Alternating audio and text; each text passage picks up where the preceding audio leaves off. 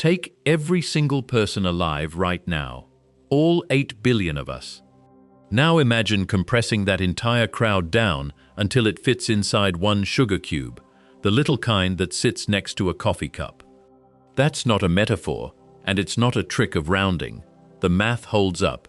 You could pour the whole human race into a space smaller than your thumbnail, and there'd still be room to spare. The reason comes down to a fact about matter that almost nobody feels in their bones, even though it's underneath everything you've ever touched. Your body, this planet, the chair holding you up, all of it is built from the same strange emptiness. To see how that's even possible, we have to rewind 2,500 years. Go back to ancient Greece, around 400 BC. No microscopes, no equations, no way to see anything smaller than a grain of sand. And yet a man named Democritus sat with a simple question that most people never bother to ask. Take a piece of bread and cut it in half. Cut that half in half. Keep going. Does it split forever, or do you eventually hit something you physically cannot cut again? He bet on the second answer, and he gave that uncuttable piece a name, atomos, the uncuttable. He had zero proof, it was pure reasoning, a hunch that reality was grainy at the bottom instead of smooth all the way down. It took over 2,000 years for anyone to show he was right, but he'd missed something even stranger about those tiny pieces. So why would anyone believe the solid world was mostly nothing? Press your hand flat against a table. It feels solid, immovable. Your fingers stop dead because something is clearly there, pushing back. Every instinct you have says the world is made of stuff, packed tight, filling the space it occupies. That feeling is a lie, not an exaggeration, an actual falsehood your senses report to you every waking second.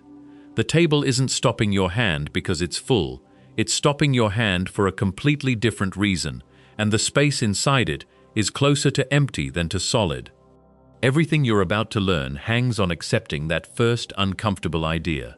The ground under your feet, the walls around you, the atoms in your own skin are mostly nothing at all. The stakes here are bigger than a science fact. If atoms are mostly empty, then your chair should offer no resistance, and yet it holds you up every single day. The keyboard under your fingers is 99.9999999% vacant. But it stops your hand cold.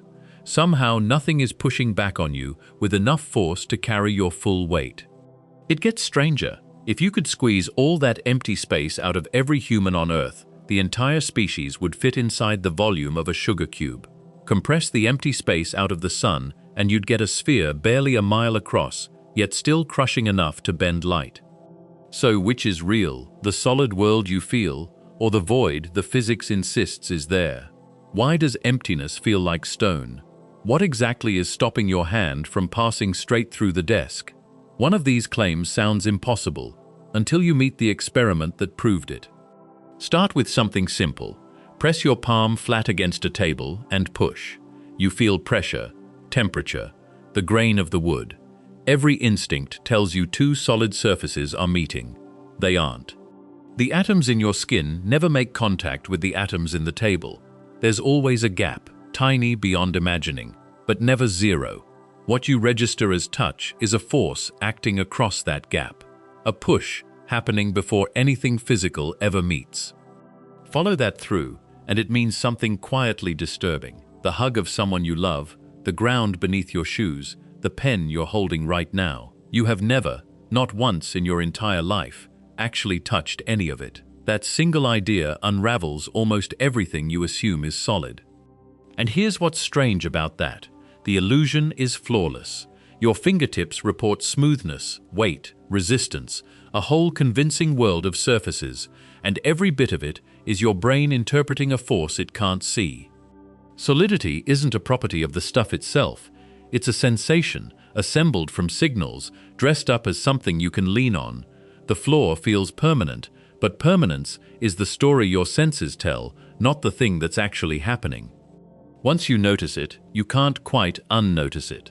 The mug, the wall, your own hand, all of it hovering just shy of contact, held apart by something invisible doing the work of solid matter. But the emptiness inside you is only the beginning. So let's start falling. Take your hand and shrink your view down past the skin, past the cells, past the long, tangled molecules that hold those cells in shape. Keep going, because we're nowhere near the bottom yet. Somewhere in that descent you reach a single atom, one of the roughly 7 octillion that make up your body. And here's where it gets strange, because we haven't stopped shrinking. The atom isn't the floor. It's a doorway into a scale your senses were never built to handle. Each step down, the numbers stop meaning anything. The gaps get wider, the solid parts get rarer, and the thing you thought of as matter starts thinning out into mostly nothing. The deeper we go, the less of you turns out to actually be there. Which raises an uncomfortable question. If an atom is overwhelmingly empty space, and you're built entirely out of atoms, then what exactly is stopping your hand from passing straight through the table? Something is pushing back, hard, and it isn't the stuff you can see. You lean on a wall, and it holds. You drop a glass, and it shatters, instead of dissolving into the floor. That resistance feels obvious, feels physical, but there's almost nothing solid in there to do the resisting. So the strength of every solid object you've ever trusted comes from something other than actual material filling the space. The answer forces you to rethink what a thing even is. Because inside every one of those atoms sits a center, a tiny knot of matter buried in the middle of all that emptiness, and it's carrying almost the entire weight of the atom around it. Strip away everything else, and this is where the mass actually lives. Nearly all of what makes you heavy, all of what makes anything heavy, is crammed into these specks, sitting at the heart of otherwise vacant space. The electrons hold the outer edges. The center holds the reality. And when you learn how small that center is compared to the atom it anchors, the ratio breaks something in your head. When you finally picture that core, it doesn't feel real. Here's the part I have to warn you about. Once you really understand the numbers we're about to walk through, you can't switch it off. You'll look at your own hand and know, with certainty, that it's almost entirely empty space, held together by rules you can't feel. The chair under you, the floor, the bones inside your fingers, all of it runs on the same trick. You've spent your whole life trusting that solid things are solid. That trust is about to spring a leak, and it doesn't close back up. I'm not saying that to scare you off. I'm saying it because the discomfort is the point. The strangeness you're about to feel is the closest most of us ever get to seeing reality without the costume on. So before we go small, we have to understand what small even meant to begin with. For thousands of years, nobody could go small. There were no microscopes, no particle colliders, no way to peek beneath the surface of a thing. All anyone had was a pair of eyes, a working mind, and the nerve to ask what happens if you keep cutting something in half. That question sounds simple. It's the kind of thing a curious kid asks and an adult brushes off. But sit with it long enough and it opens a trapdoor under the entire physical world, because eventually you either hit a wall or you fall forever. One person sat with it long enough to change everything, roughly 2,400 years before we had any tool to prove him right. No lab, no equations, just a stubborn thought that refused to let go. It starts with an old man staring at a loaf of bread. Picture it. Ancient Greece, a warm kitchen, and a philosopher named Democritus turning a loaf over in his hands. He tears it in half, then in half again, and a question tugs at him. How many times could he do this before he ran out of bread to divide? In his mind, he keeps going. Half, then half again, past the crumb, past the speck, down to a piece too small for any knife. And he lands on a strange conclusion. At some point, you'd reach a piece so tiny that nothing could ever split it again. He couldn't prove it. He had no way to see it, no way to test it, and plenty of clever people who thought the idea was nonsense. But the thought held. That final, uncuttable piece became the foundation of everything, and he gave it a name that would outlive every empire. The word he chose was atomos. In Greek, it means uncuttable, the thing you reach when there's nothing left to divide.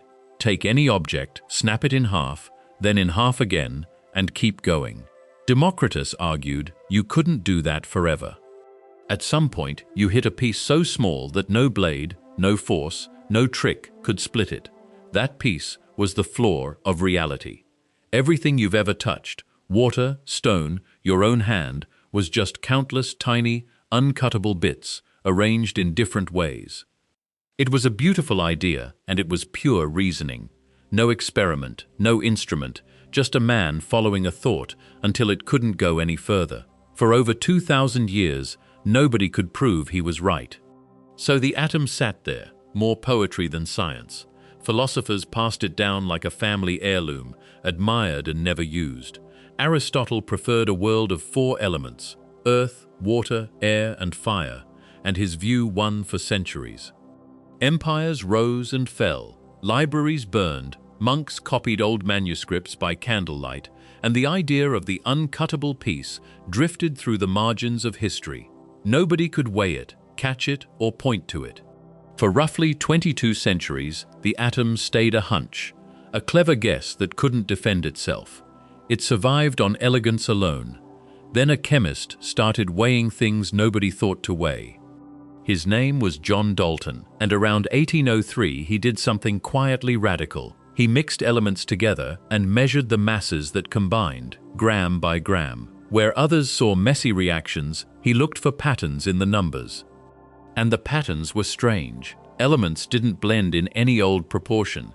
They joined in fixed ratios, small whole numbers, again and again.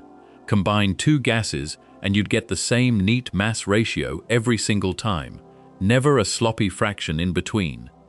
Dalton noticed that if you paired the same 2 elements a different way, the ratios still lined up as simple multiples, 1 to 1, then 1 to 2. Those tidy numbers only made sense if something invisible was real. Take carbon and oxygen. Burn them one way and you get carbon monoxide, where the oxygen sits in a fixed proportion by mass. Burn them another way into carbon dioxide, and the oxygen exactly doubles. Not roughly double, not close enough. Precisely twice as much every time you run it. That kind of clockwork behavior doesn't happen if matter is a smooth, endless paste you can divide forever. Smooth things blend in any amount you like. These substances refused. They locked into whole number steps, as if each element came in identical, countable pieces that could only join in fixed bundles. So the chemists trusted the arithmetic before they ever trusted the picture. The numbers insisted that reality was built from indivisible units, snapping together in tidy ratios no chemist could bend. It was a quiet, powerful proof, worked out entirely with scales and careful bookkeeping. But knowing atoms exist told no one what they looked like. Set the equations down for a second and just look around the room. A wooden table feels dense all the way through. A stone has weight and edge and stubborn resistance. Push on any of it and it pushes back, filled in from surface to core with no gaps you'll ever find. That's the world our senses hand us, and it's a reliable one. Water pours as one continuous thing. Metal rings when you strike it. Everything seems packed solid, every cubic inch occupied. Matter pressed shoulder to shoulder with nothing hollow hiding inside. For thousands of years this was simple common sense, and it worked beautifully for building bridges and boats and cathedrals. You could measure it, lean on it, trust your life to it. The solid world was the one certain thing everyone agreed on. Every part of that intuition was about to be quietly demolished.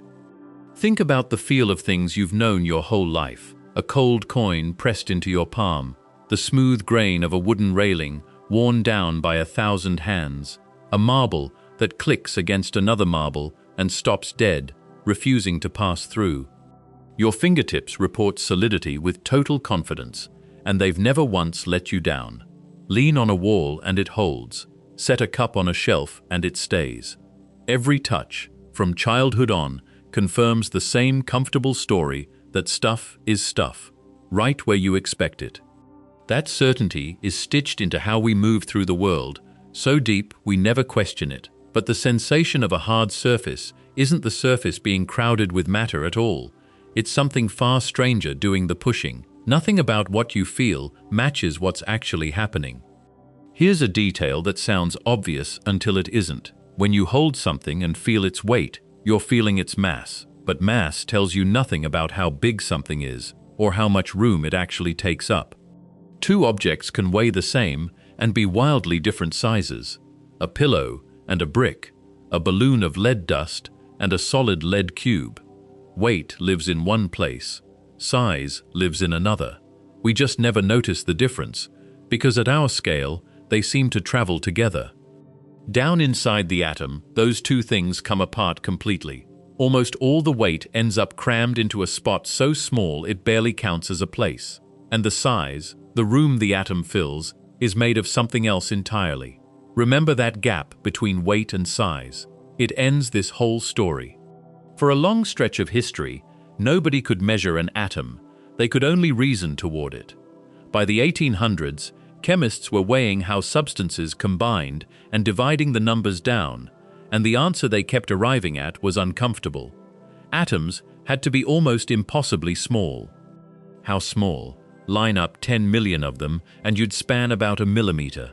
A single drop of water holds more atoms than there are stars in the observable universe, by a wide margin. The scale stopped meaning anything. It just became a very long row of zeros. So they pictured the simplest thing that made sense. A tiny, solid ball, hard all the way through, packed tight against its neighbors, filling matter the way marbles fill a jar. It was a clean, sensible, deeply satisfying idea. That comfortable picture had exactly one flaw. Think about what that model promised. Everything you've ever touched, the chair, the water, your own hand, built from countless microscopic spheres stacked shoulder to shoulder, solid resting on solid. No gaps, no empty room. Matter all the way down until you hit the smallest possible grain. It fit beautifully. Push two of these balls together and they resist, which explains why solids feel solid. Heat them and they rattle faster. Every property of the everyday world seemed to fall out of tiny hard spheres bumping into each other. The math worked, the chemistry worked, and the picture felt honest. For nearly a century, that was the atom. A dense little marble, full to the edges, the final full stop at the bottom of everything. Then someone looked inside one and found almost nothing. The trouble with a perfect idea is that it only takes one loose thread to pull the whole thing apart. The atom had been the bottom floor for centuries, the thing you hit when you stopped dividing. Nobody was looking to break it, because everyone already knew it couldn't be broken. But by the late 1800s, physicists were poking at matter in strange new ways, running currents through sealed glass, watching for anything odd. They weren't hunting for pieces of an atom, they were just curious about the eerie light these experiments threw off. And in that light, something didn't add up. A behavior that shouldn't exist if atoms were truly solid, indivisible, and final. The neat little marble was about to develop a crack, and once it appeared, there was no sealing it back up. It began with a glowing tube in a dark laboratory. Picture a sealed glass tube with most of the air pumped out and a strong voltage running across it. When you switch it on, a faint beam streaks from one end to the other and paints a glow where it lands. These were called cathode rays, and for years nobody could agree what they actually were. In 1897, J.J. Thomson decided to interrogate the beam properly. He bent it with electric plates, deflected it with magnets, and measured exactly how much it swerved. Whatever was streaming across that tube carried a negative charge, and it responded to those forces in a very particular, very telling way. From the deflection, he could work out the ratio of its charge to its mass. The number that came back was staggering. The beam behaved as if its particles were absurdly light, far lighter than a hydrogen atom, the smallest atom known. Whatever it was thousands of times lighter than any atom. Sit with what that measurement implied. For the beam to bend that easily, its particles had to be a tiny fraction of an atom's mass, roughly 1,800 times lighter than hydrogen. And Thomson found the same particle no matter what metal he used for the electrode.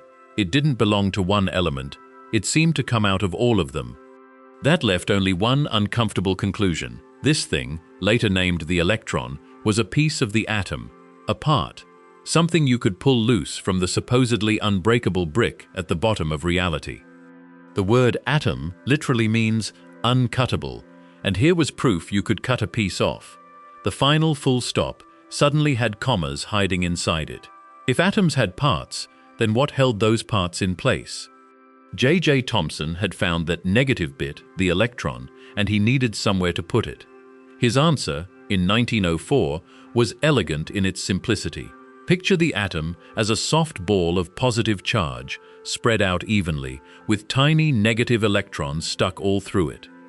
The British called it the plum pudding model, after a dessert with fruit scattered through the dough. Americans sometimes said raisins in a muffin. The name didn't matter. What mattered was the picture.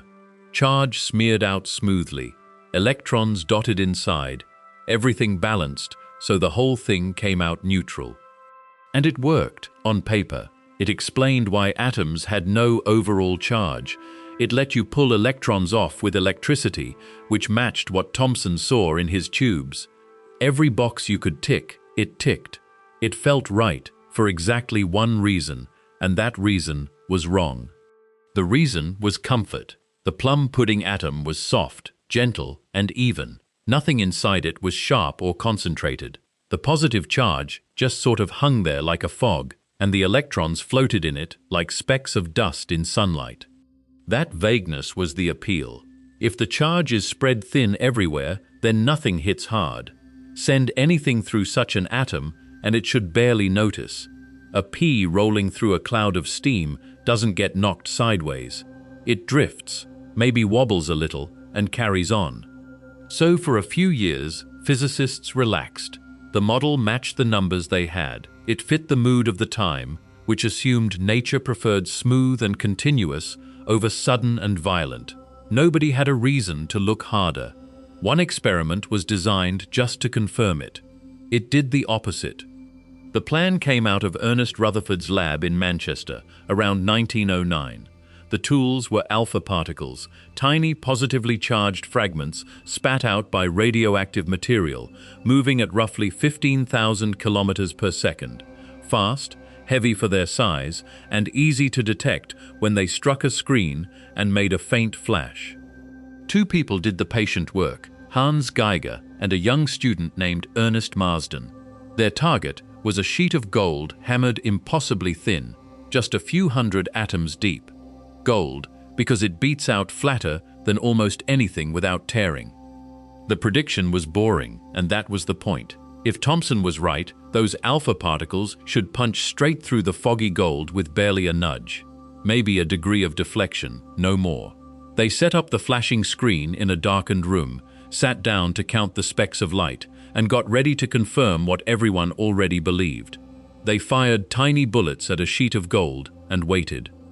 The gold foil was hammered thinner than anything you've ever held, just a few thousand atoms deep, so thin that light could almost pass through it. The alpha particles came off a chunk of radium, positively charged and moving at roughly 15,000 kilometers a second. At that speed, nothing soft should slow them down. The whole logic of the experiment leaned on the pudding. If atoms were just loose smears of charge, these fast little bullets would punch through the foil like it wasn't there. A slight nudge here, a faint blur there, and every particle would land more or less where you pointed it. So Geiger and Marsden hunched in the dark, eyes adjusting for minutes at a time, tallying each faint green flash where a particle struck the screen. Flash after flash landed dead ahead, exactly on target, hour after patient hour. Almost all of them did. It was the ones that didn't that changed everything. Rutherford, half as a joke, told Marsden to swing the detector around and look for particles coming back the other way. Nobody expected a thing. You don't fire a rifle into fog and watch for the bullet to come home. But the flashes appeared, not many, roughly 1 in every 8,000, but they were there. Particles that had hit the foil and bounced straight back toward the source. Something inside that sliver of gold was throwing them into reverse, flipping their entire direction of travel. For a bullet moving at 15,000 kilometers a second, that's absurd. A soft, spread-out atom has nothing in it hard enough to do that. no more than a cloud could stop a cannonball. Yet the numbers held, night after night, small and stubborn and impossible. Rutherford said it was like a shell bouncing off tissue paper. Think about what a ricochet actually demands. To turn a fast particle completely around, you need to hit something heavier than it and packed into almost no space at all. Spread that same mass out and the particle just plows through, barely noticing. So the recoil forced a conclusion nobody wanted. All that positive charge and nearly all the atom's mass couldn't be smeared across the whole thing. It had to be crammed into a speck so small that most particles sailed past it entirely, and only the rare direct hit came screaming back. The pudding was dead. In its place sat a tiny, dense, electrically charged center, thousands of times smaller than the atom around it, holding almost everything the atom weighed. That core would turn out to be the most crowded place in the universe. Ernest Rutherford named it the nucleus, and the name stuck. Every proton the atom owned, and later every neutron, was packed into this one impossibly small knot at the center. Electrons kept their distance, orbiting somewhere far out in the dark. Weigh a single atom, and almost none of that weight comes from the electrons drifting around the edges. They're feather-light, barely worth counting. The nucleus does the heavy lifting, and it does nearly all of it. For a while, that was the headline. Scientists marveled that so much of an atom's substance could live in such a small spot that the heft you feel in any object traces back to these dense little cores. But its mass was never the shocking part. Its size was. Run the numbers, and the nucleus carries more than 99.9% of the atom's mass. Not 90, not 99. Push it further, and you land past 99.97%, with the electron cloud contributing a rounding error by comparison. Now hold that against how much room the nucleus takes up. It occupies roughly 1/4 of the atom's volume, 1 part in 1,000 trillion, and yet nearly all the weight is crammed inside it. So the thing you're made of is almost entirely concentrated into specks you could never hope to see, floating in vast stretches of nothing. The mass is real. The space it hides in is almost incomprehensibly tiny. To grasp how small that space is, you need a stadium. Picture a full-sized sports stadium, the kind that seats 50,000 people, roof open to the sky, stand at the very center of the field. Now imagine that this entire structure, from the field to the highest seat in the back row, is a single atom, blown up billions of times.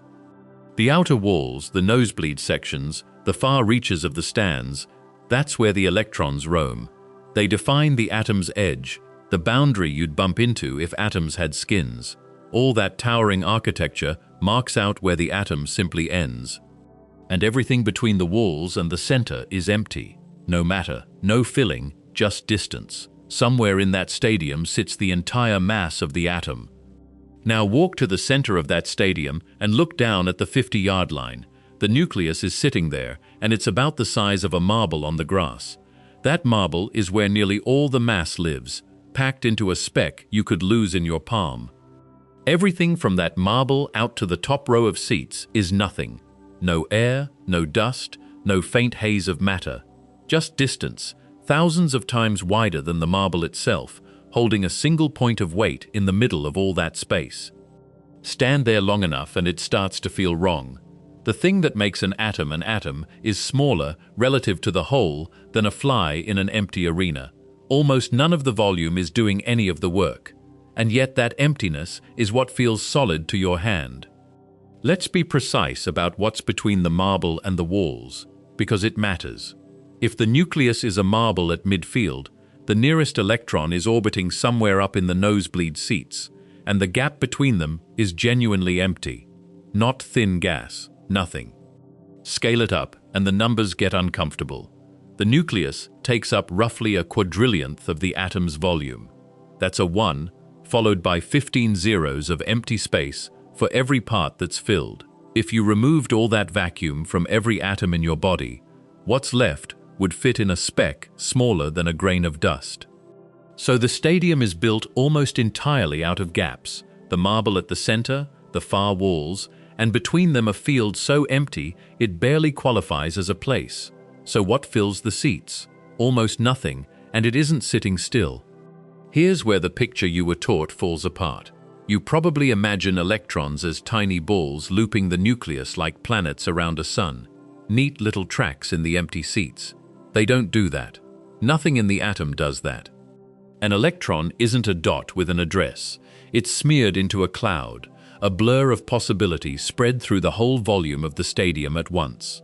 In some regions, the cloud is dense, and the electron is likely to turn up. In others, it thins to almost nothing. But it's never one point moving along one path. So the seats aren't filled with tiny passengers. They're filled with a fog that's everywhere and nowhere, a standing wave of chance draped over all that empty space. You can't say where an electron is, only where it might be. Picture the electron not as a dot circling a nucleus, but as a smear of probability, a haze that's thicker in some places and thinner in others. Where the haze is dense, you're more likely to find the electron if you look. Where it fades, the odds drop towards zero. Nobody drew that map by hand. It falls out of the math. This is why chemists talk about orbitals with strange shapes, spheres and dumbbells and stranger things. Those aren't paths the electron travels. They're the regions where the cloud of chance is most concentrated, the zones where a measurement is most likely to catch it in the act. So when you ask where an electron sits, the honest answer is a range of odds, not an address. And here's the part that unsettles physicists to this day. This vagueness isn't a limit of our tools, it's the truth. Now put a real figure on the emptiness. Take a single atom, and let the nucleus be the size of a marble sitting at the center of a stadium. The electrons flicker somewhere out by the back rows, and between them and that marble is nothing at all. No dust, no film, no thin layer of anything.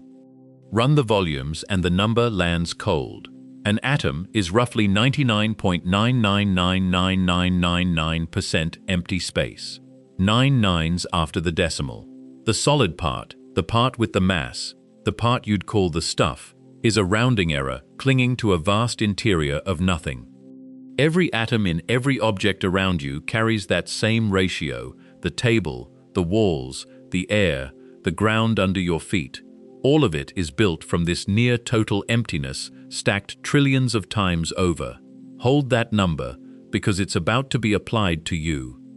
You are not exempt. Your bones, your blood, your brain, every cell you've ever grown is assembled from atoms, and those atoms follow the same rule as everything else, the same 9 nines, the same marble lost in the same stadium.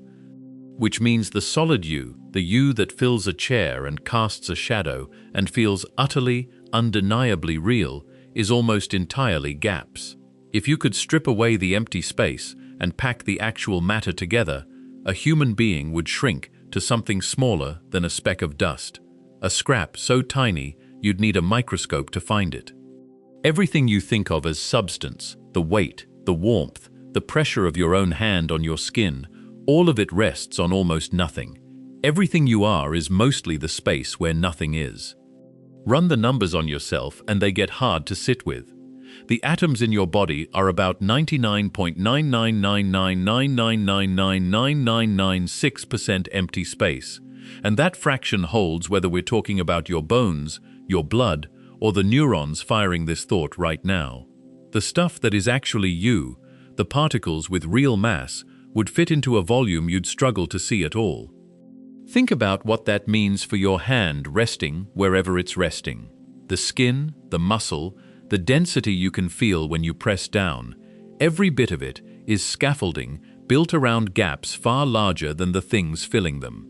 If the emptiness inside atoms were a room, the matter would be a single grain sitting in the middle of a cathedral. So you're carrying around a body that's almost entirely nothing, and yet it doesn't collapse, doesn't blur, doesn't pass through the chair beneath you. If the space is empty, one question refuses to go away. How does a world made of near-total void feel solid at all? You can lean your full weight on a table and it holds. You can knock on a wall and your knuckles stop dead instead of sliding into the gaps that, by the numbers, take up virtually all of it. It should be like trying to stand on fog. If atoms are 99.9999% empty, two of them meeting should be two clouds of mostly nothing drifting straight through each other. A hand should sink into a countertop the way a swimmer sinks into water, meeting almost no resistance until the rare particle happens to be in the way. But that's not what happens. Floors bear buildings, bridges carry traffic, your teeth crush food that fights back. Somewhere in all that emptiness, something is pushing hard enough to build a load-bearing world out of ghosts. The answer has nothing to do with the atoms touching. They never touch, not once. Not the atoms in your palm, not the atoms in the surface it's resting against. What stops you from falling through the floor isn't matter meeting matter, it's force. Every atom is wrapped in a cloud of electrons carrying negative charge, and negative charges shove each other away long before they ever get close. As your hand approaches a surface, the electrons on your skin and the electrons on that surface start to repel, and the closer they get, the harder that repulsion pushes back. The resistance climbs so steeply that the particles are held apart across a gap that's enormous on their own scale.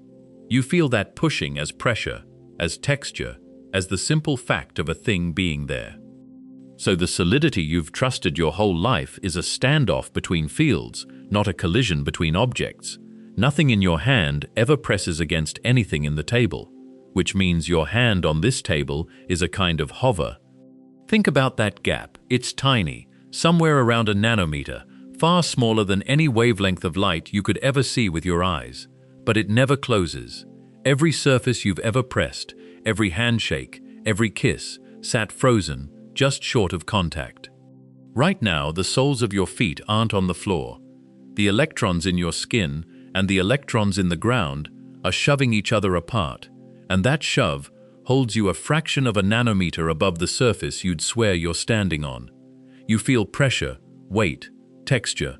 What you're actually feeling is a force field refusing to let two clouds of charge share the same space. And it's been like this since the moment you were born. Every hug, every object you've gripped, every wall you've leaned against, you have spent your entire life a hair's breadth from touching and never crossing it. So what is doing the pushing? It's electromagnetism, the same force that runs through wires and holds magnets to your fridge. Electrons carry negative charge, and like charges repel. Bring two electron clouds close, and the repulsion climbs, gently at first, then steeply, then violently, as the distance shrinks. That steepness is why a table feels rigid instead of squishy.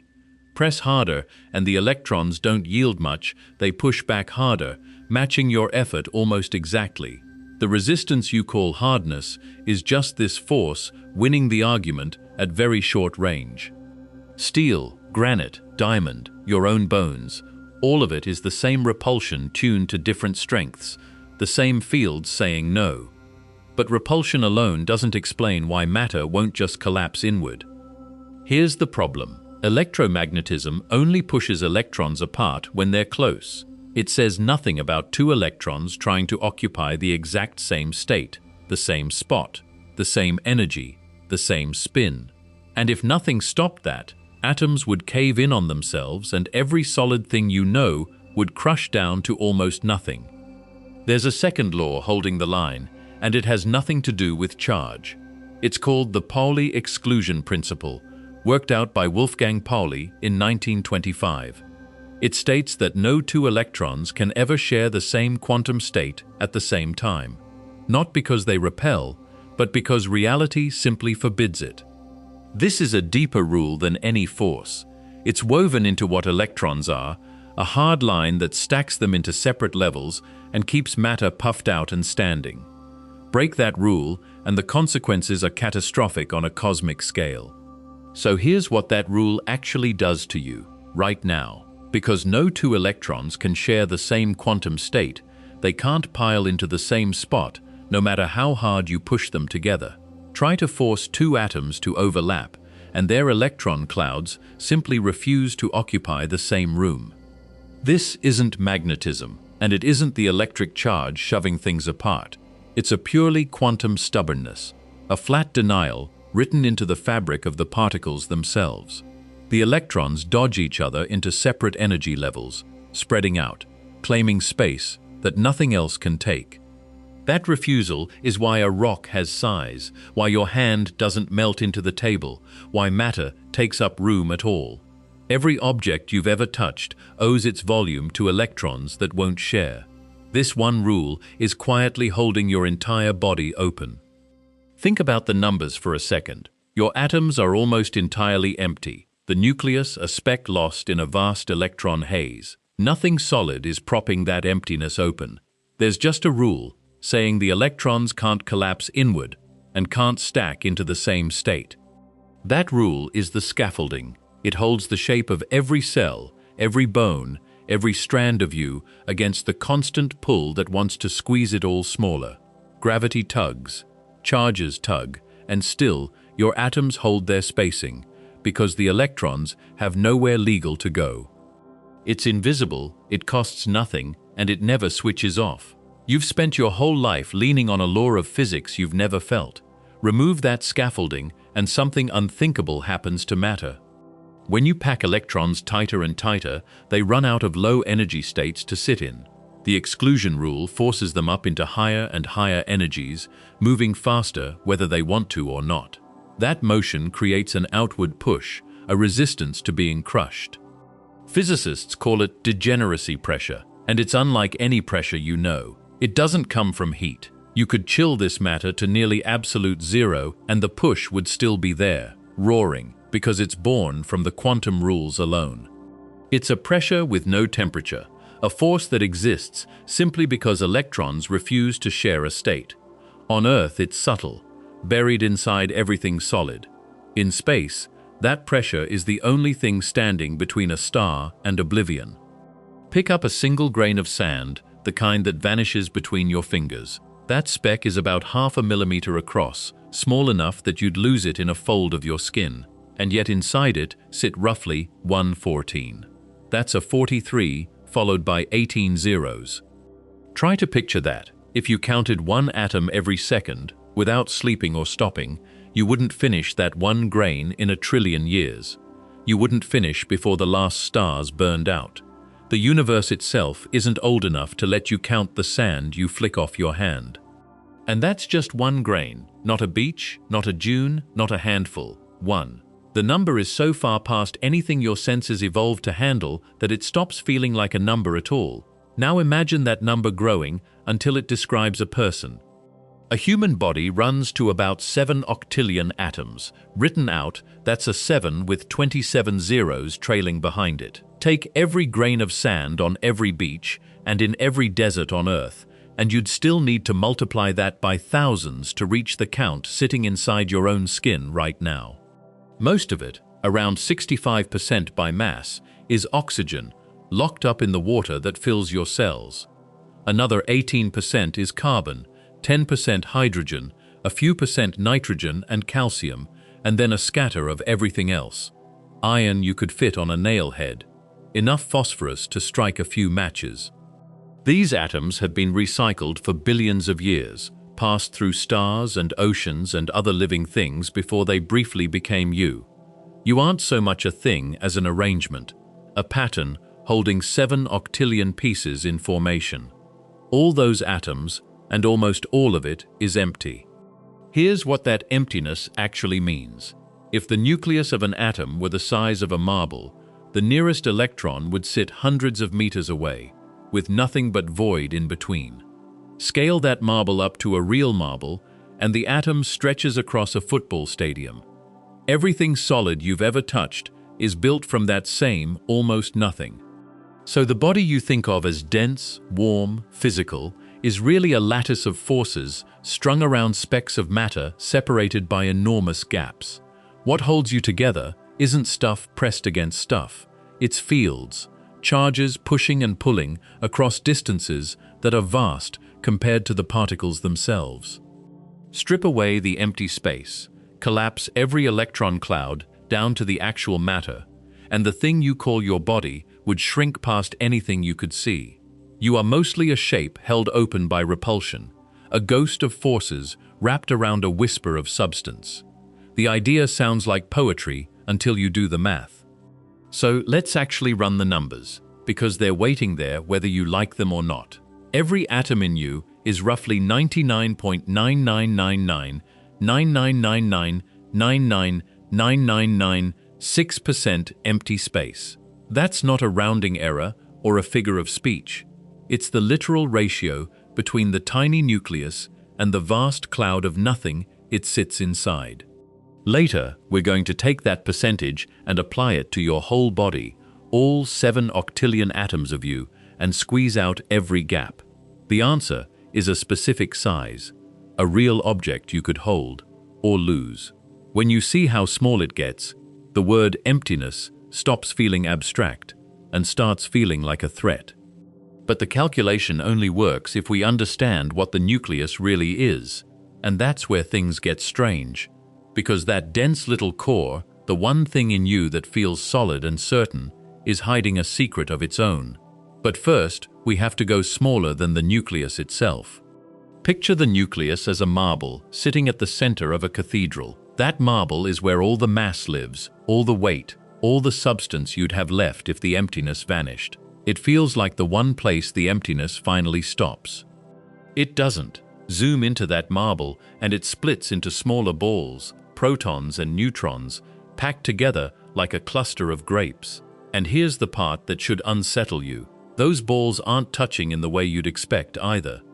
Even inside the densest thing in your body, there are gaps, forces, and structure, not one solid lump. The nucleus is a nested set of things, each one smaller and stranger than the last.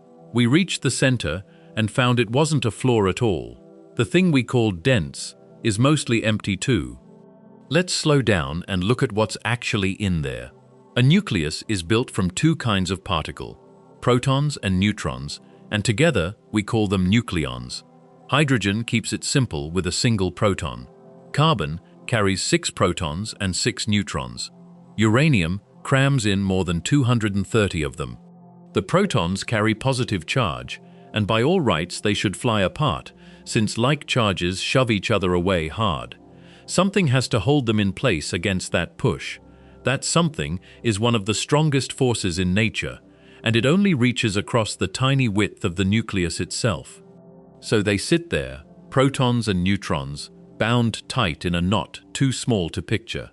This is the core of every atom in the universe, the anchor that gives matter its weight. For a while, these seemed like the final, unbreakable pieces. For decades, that's exactly where the story stopped. Protons and neutrons were the bottom, the solid grains that everything else was built from. You could stack them, count them, weigh them, and the numbers all lined up. Physics had found the floor, or so it thought.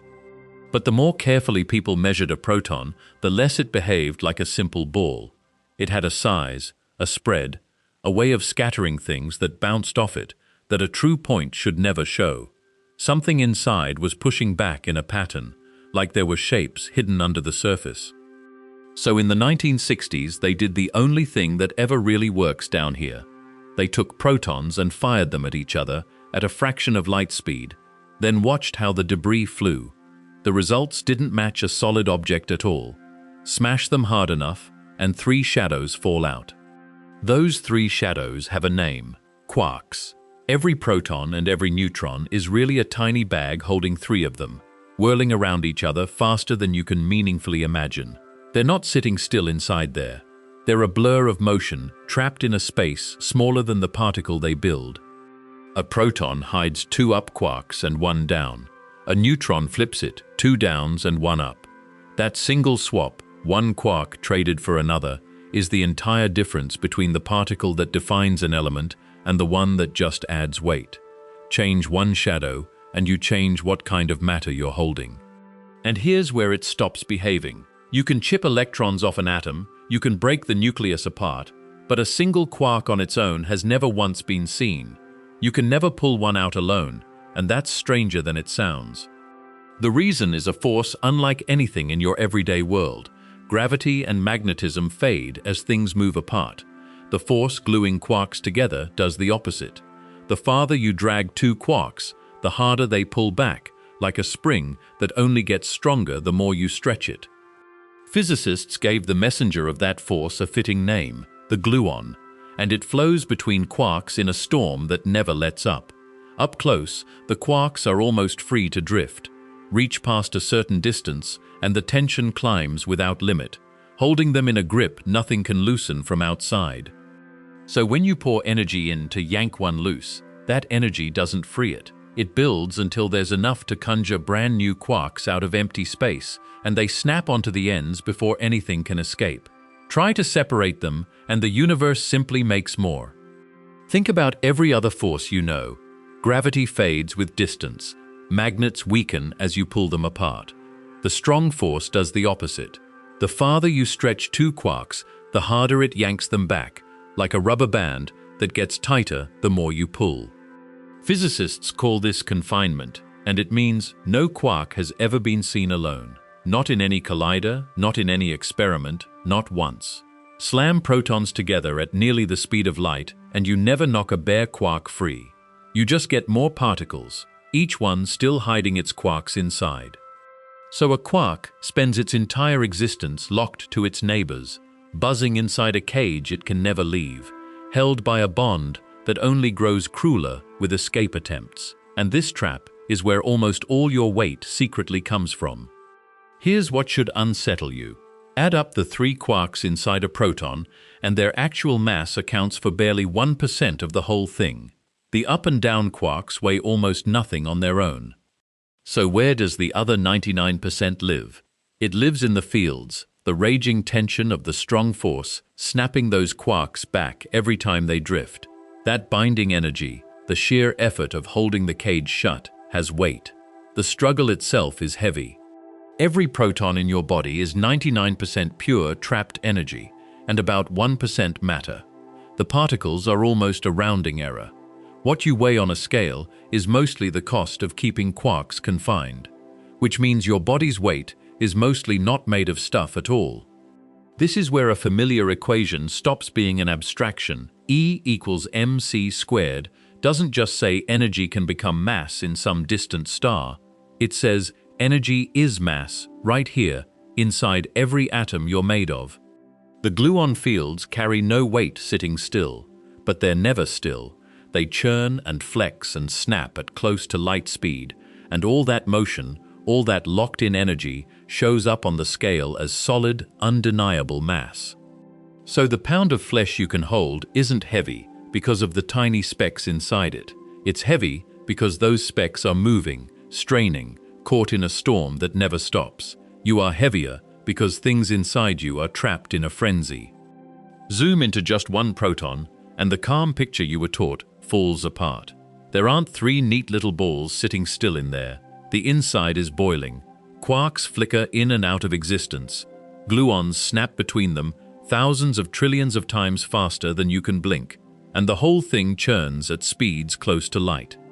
Every fraction of a second, pairs of particles appear from nothing and vanish again before they can be counted. The force binding it all is so violent that trying to pull 2 quarks apart just creates new quarks in the gap. You can never isolate one. It's a storm with no eye, no still center, no moment of rest. This is what's happening inside every single proton in your body, right now, billions of times over. Not gentle, not quiet. A relentless screaming chaos packed into a speck you'll never see. And even that frenzy sits inside, near total emptiness. Because here's what that churning storm is actually made of. The quarks themselves, the things doing all the moving, have no measured size at all. As far as every experiment can tell, they're points. 0 width. Specks with no surface, no edge, no volume you could ever touch. So picture the proton again, that violent boiling ball. Almost all of it is empty space, with a few dimensionless points darting through it. The mass, the strain, the frenzy. It isn't coming from stuff filling the room. It's coming from motion and force inside a room that's essentially bare. We went from a solid pound of flesh to atoms mostly empty, to a nucleus even emptier, and now to a proton that's emptier still. Each time we open the door hoping to finally find something solid. Every layer we open reveals the same terrifying answer: nothing. Step back and look at the pattern, because it doesn't break. At every scale, the story repeats itself.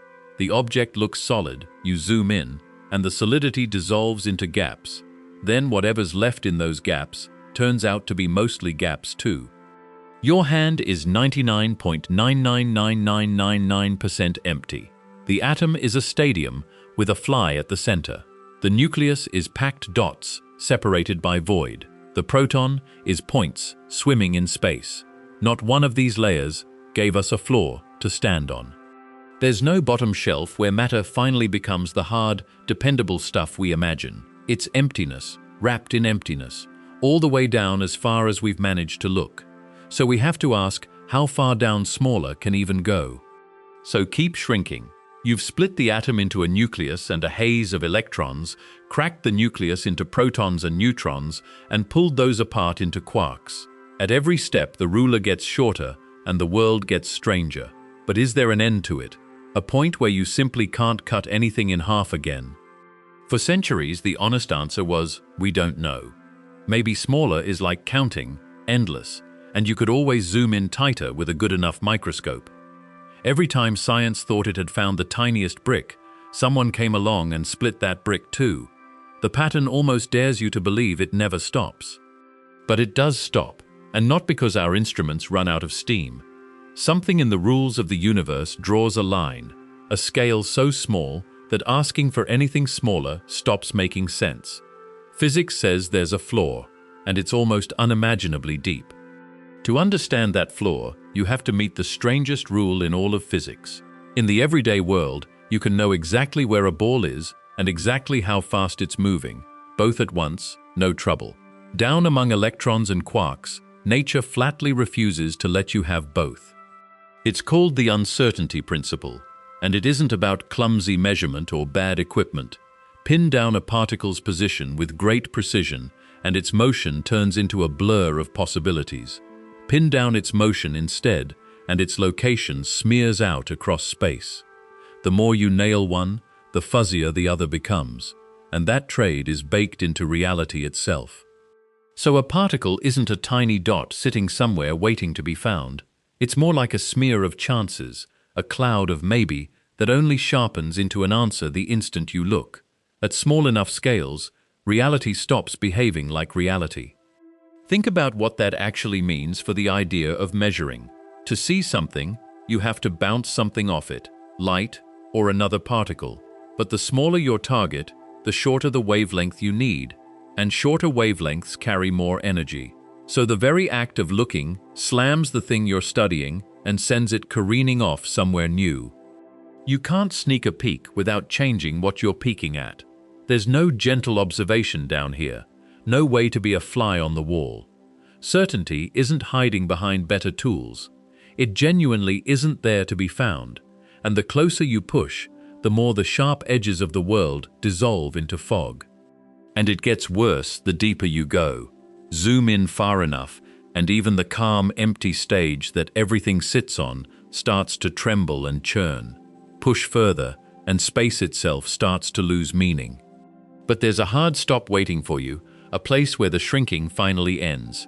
It's called the Planck length, and it measures about 1.6 times 10 to the negative 35 meters. Write that out, and it's a decimal point followed by 34 zeros before you get to a single one. That number is so small it barely feels like a number at all. If you blew up a single proton to the size of the entire observable universe, the Planck length inside it would still be smaller than a grain of sand. This isn't just tiny. It's the smallest gap where the idea of distance still holds together. Down here, length stops being a smooth line you can keep cutting in half. There's a shortest possible ruler, and nothing meaningful fits between its marks. Below it, the words here and there stop working entirely. Ask a physicist what sits beneath the Planck scale, and you get an uncomfortable answer. Nobody knows, and the math itself refuses to say. Our two best theories, quantum mechanics and general relativity, both work beautifully in their own worlds. But shove them together at this scale, and they spit out infinities and nonsense. The problem is that gravity, usually the gentlest force, becomes so intense in a space this small that it should warp the region into tiny fluctuating black holes. Measurement loses meaning because the act of looking closer feeds enough energy into the spot to bend it out of shape. Space might not even be continuous here. It could be grainy, stitched together from something we don't have the language for yet. So the Planck length isn't just small, it's a wall marking the edge of everything physics can currently describe. To feel how tiny that is, we need to zoom the other way. Start climbing back up. From the Planck length to the width of a proton, you cross about 20 orders of magnitude. From that proton up to a whole atom, you climb another 5. And from a single atom up to a person, you travel roughly 10 more steps of 10. Now keep going the other direction. From a person up to the Earth is about 7 orders of magnitude. From Earth to the Sun, a few more. Out past the solar system, across the Milky Way, all the way to the edge of the observable universe at 8.8 times 10 to the 26 meters. Line up that full ladder, from the smallest meaningful length to the largest thing we can see, and something strange jumps out. The number of steps down to the Planck scale and the number of steps up to the cosmic horizon come out remarkably close. You sit almost exactly between the largest and smallest things that exist. Sit with that for a second. If you measure the universe in factors of 10, from the tiniest length that still has meaning up to the edge of what we can observe, you land somewhere around the halfway mark. Not the biggest thing, not the smallest, but the strange creature stuck in between. That's not a coincidence you can shrug off. A hydrogen atom is roughly 1/10 of a billionth of a meter across. The observable universe stretches about 93 billion light-years. You're a couple of meters tall, floating almost dead center on that scale, big enough to hold structure, small enough to stay together. It sounds comforting, like you belong right where you are. But there's a cost hidden in that position. Everything solid about you, the bone, the skin, the weight you feel when you stand, all of it is stitched together from a layer of reality you'll never lay eyes on. Being in the middle means you're built from things you can never see. And those unseen things are mostly gap. We walked down through the atom and found it was almost entirely empty. A nucleus like a fly in a cathedral, electrons smeared into a fog around it. Roughly 99.999999999% of the space you occupy is nothing at all. So here's the question that should make you a little uneasy. What if you took that emptiness away? Not shrank the atom, not squeezed it a bit, but removed the gap completely and pushed every particle into contact. What would be left of a person, a planet, a mountain range? The honest answer is that it barely sounds real. The numbers get so extreme, they stop feeling like physics and start feeling like a threat. And this isn't just a thought experiment cooked up on a whiteboard. There's a place in the universe where nature already ran that experiment. Somewhere out there, the cosmos took ordinary matter and did the one thing we can't do in any lab. It closed the gaps. It forced the empty space out of the atoms and packed what remained until there was nowhere left to fall. This didn't happen gently. It took a violence on a scale that's hard to describe, gravity turning on its own material and refusing to let go. What came out the other side isn't a bigger version of anything familiar. It's a leftover, a corpse of something that used to shine. And the density it reaches breaks every instinct you have about how heavy a thing can be. A single scoop of it would outweigh a mountain. Everything you know about weight was calibrated on matter full of holes. This is matter with the holes taken out, and the result is heavier than anything your mind can hold. So let's ask the uncomfortable question. If you took an ordinary human body and squeezed out every gap between the electrons and the nucleus, every stretch of nothing that makes up more than 99.9999% of you, what would be left? Not a smaller you, a speck. Every person on Earth, all 8 billion of us, packed that tightly, would fit inside the volume of a single sugar cube. Now flip that around. Take something the size of a sugar cube and give it the density of a stripped-down nucleus. It wouldn't weigh grams. It would weigh on the order of hundreds of millions of tons, the mass of a mountain range crammed into a shape you could hide in your fist. Run the math on a full teaspoon, and the figure climbs past anything you can carry in your head. The number is so large, it stops sounding like a number. And that's the trouble with going any further down this road. Density stops being a fact you can picture and turns into a symbol you just agree to accept. 1 billion tons per teaspoon means nothing to a brain built to judge whether a rock is too heavy to lift. We reach for comparisons and they snap under the weight. Heavier than a mountain, heavier than a moon, heavier than every ship that's ever sailed. The words keep working, but the feeling drops out from under them, because nothing in your life has ever prepared you for matter this concentrated. So instead of chasing bigger words, we should ask whether anything in the real universe actually gets this dense. Not in theory, not on a whiteboard, but out there, somewhere. The answer is yes, and to reach them, a star has to die. For most of its life, a massive star is a standoff. Gravity pulls every atom inward, trying to crush the whole thing to a point. Fusion in the core pushes back, burning hydrogen into helium and releasing enough energy to hold the collapse at bay. That balance can hold steady for millions of years. But fuel runs out in stages. Helium fuses into carbon, carbon into oxygen, and on up the ladder, each step faster than the last. A star that spent 10 million years burning hydrogen might burn silicon for just a single day. Then it hits iron, and iron is the wall, because fusing it takes energy instead of giving it. In that instant, the outward push vanishes. Gravity, patient for eons, finally has nothing standing in its way, and the core begins to fall in on itself at 1/4 of the speed of light. Picture the core of a star bigger than our sun, a ball of iron roughly the size of Earth, packed with more mass than the sun itself. For millions of years, the outward push of fusion held it open against its own weight. Now the fuel is gone, and there's nothing left to burn. The infall isn't gentle. In under a second, that Earth-sized core collapses towards something a few kilometers across. Temperatures spike past 5 billion degrees. The inner layers plunge inward faster than sound can travel through the material, so the outer parts don't even know the floor has dropped away beneath them. Everything you learned about atoms being mostly empty space is about to be tested in the harshest laboratory in the universe. As the density climbs and the electrons get squeezed shoulder to shoulder, the crush reaches a threshold. For a moment, one quantum rule tries to stop the fall. That rule is the same one that gives every atom its size. No two electrons can share the same quantum state, so when you force them into the same tiny volume, they refuse. They're not repelling with any force you'd recognize. No charge, no springs. They simply cannot occupy the same rung, so they push back. This is degeneracy pressure, and it doesn't care how hot or cold the matter is.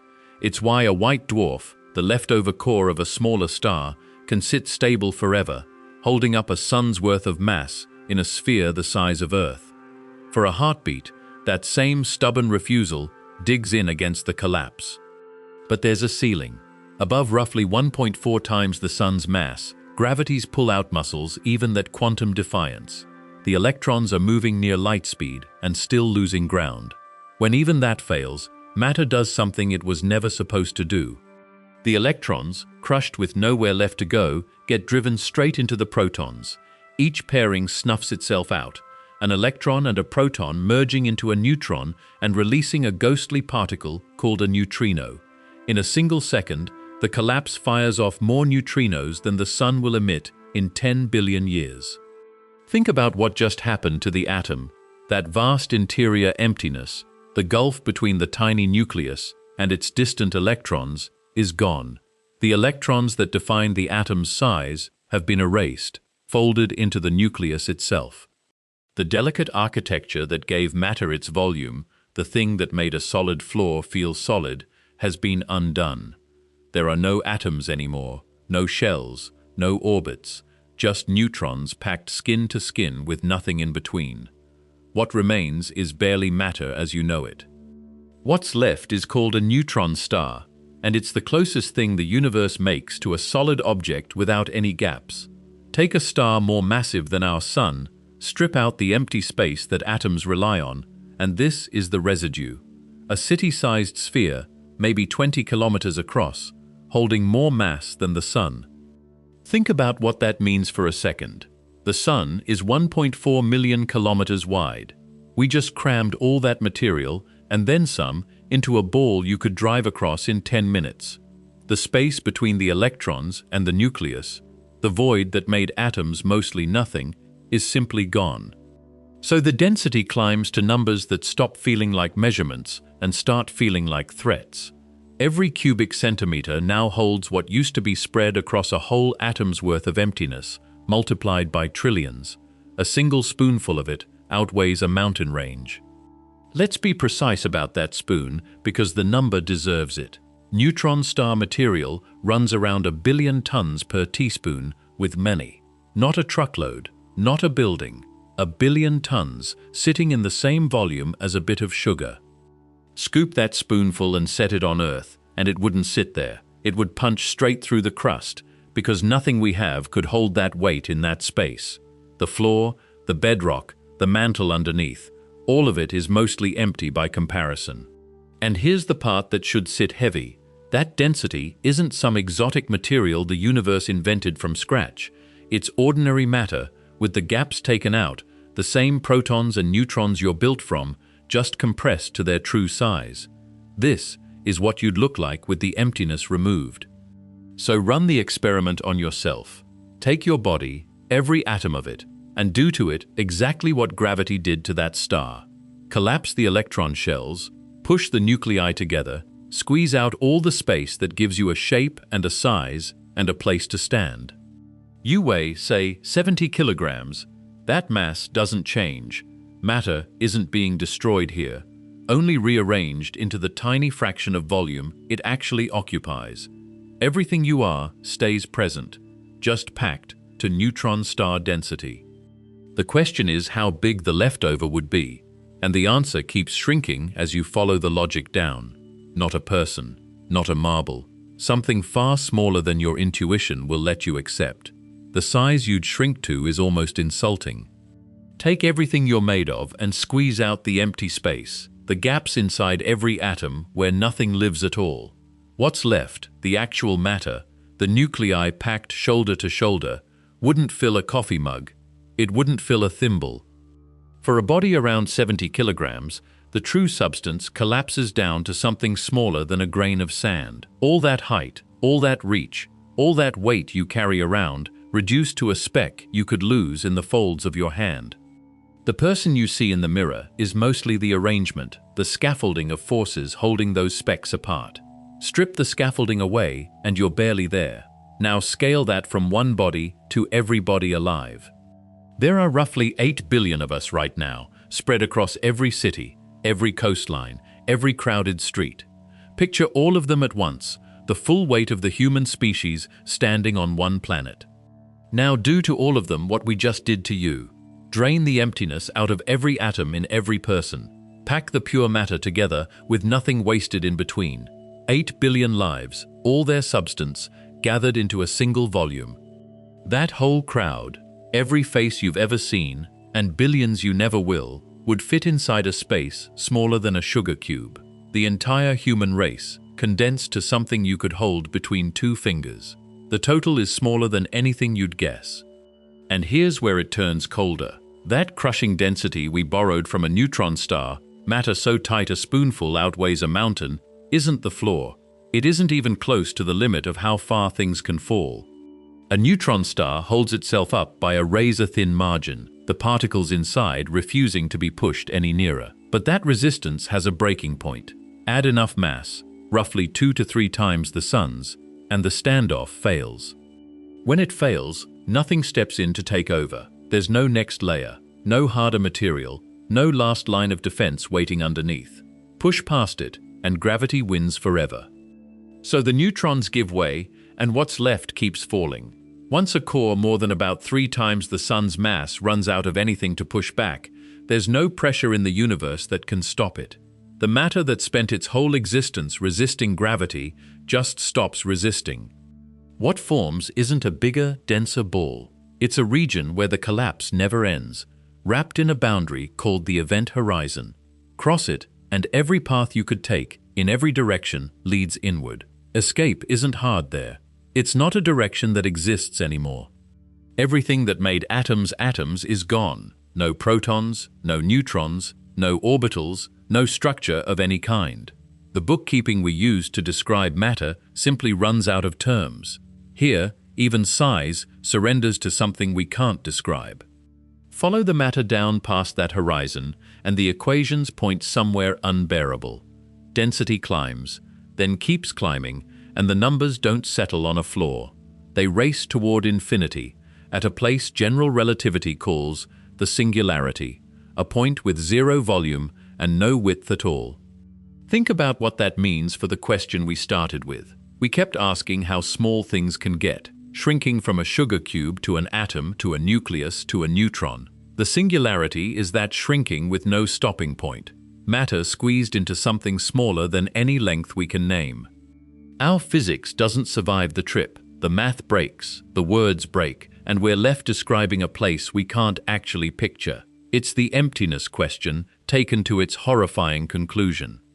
Now step back and look at what a black hole really proves.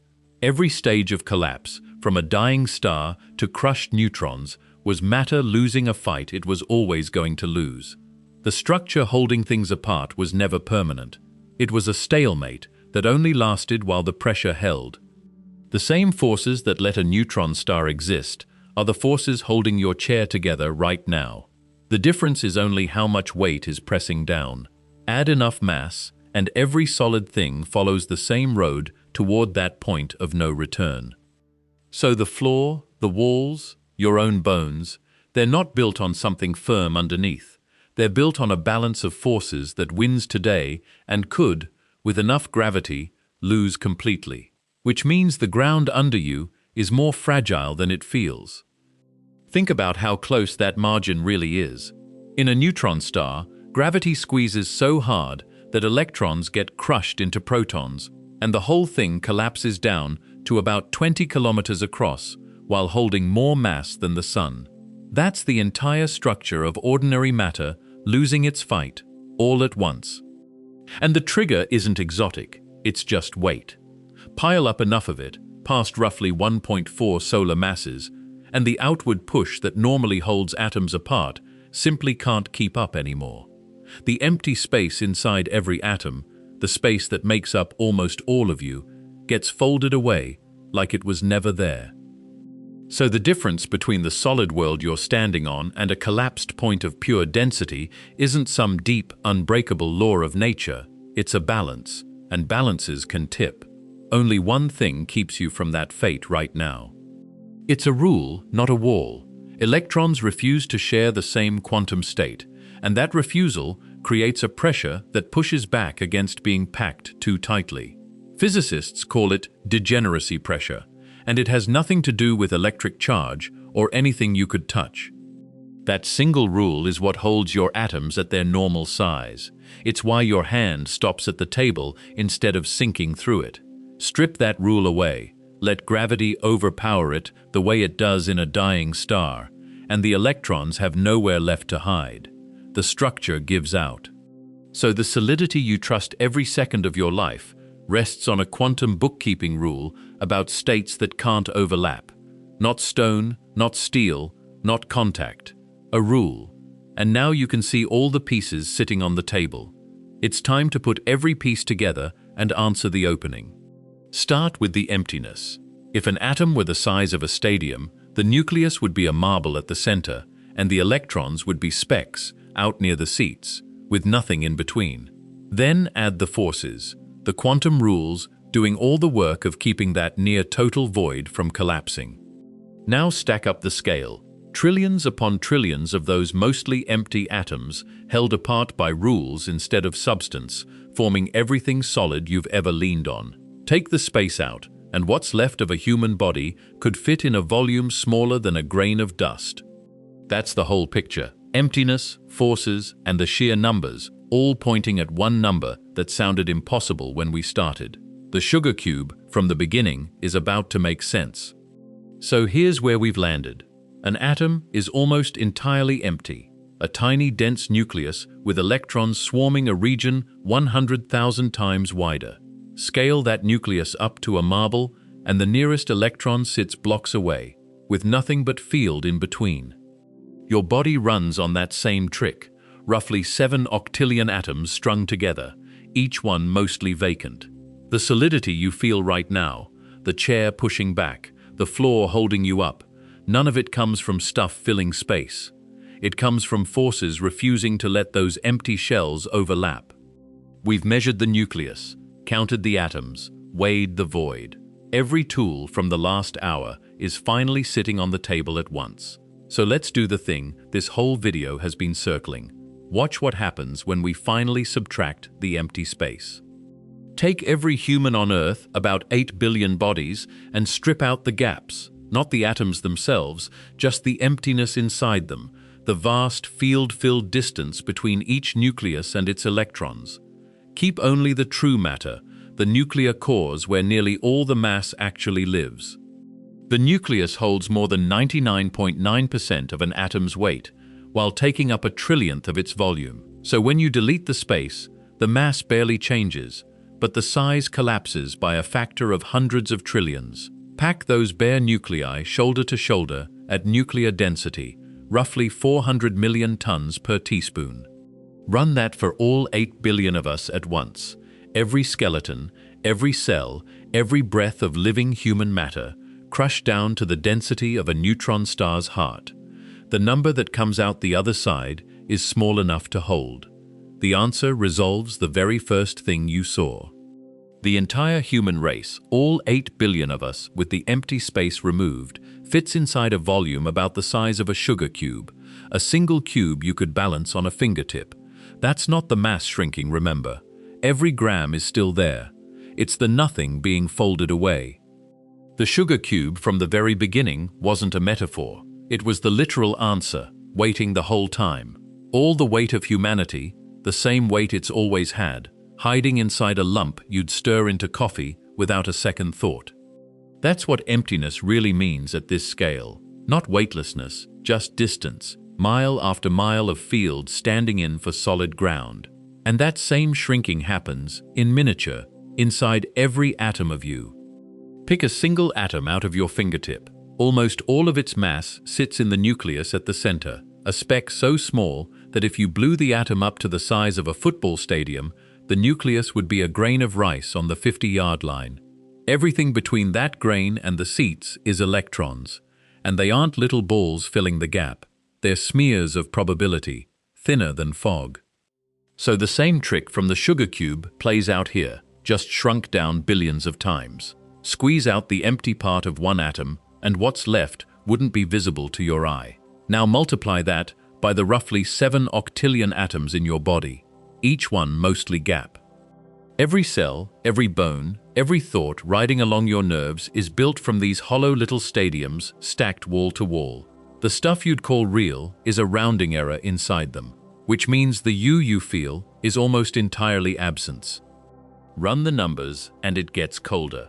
If you collapsed every atom in your body down to just its nucleus, packed the real matter together with no space between, you'd shrink to something smaller than a speck of dust.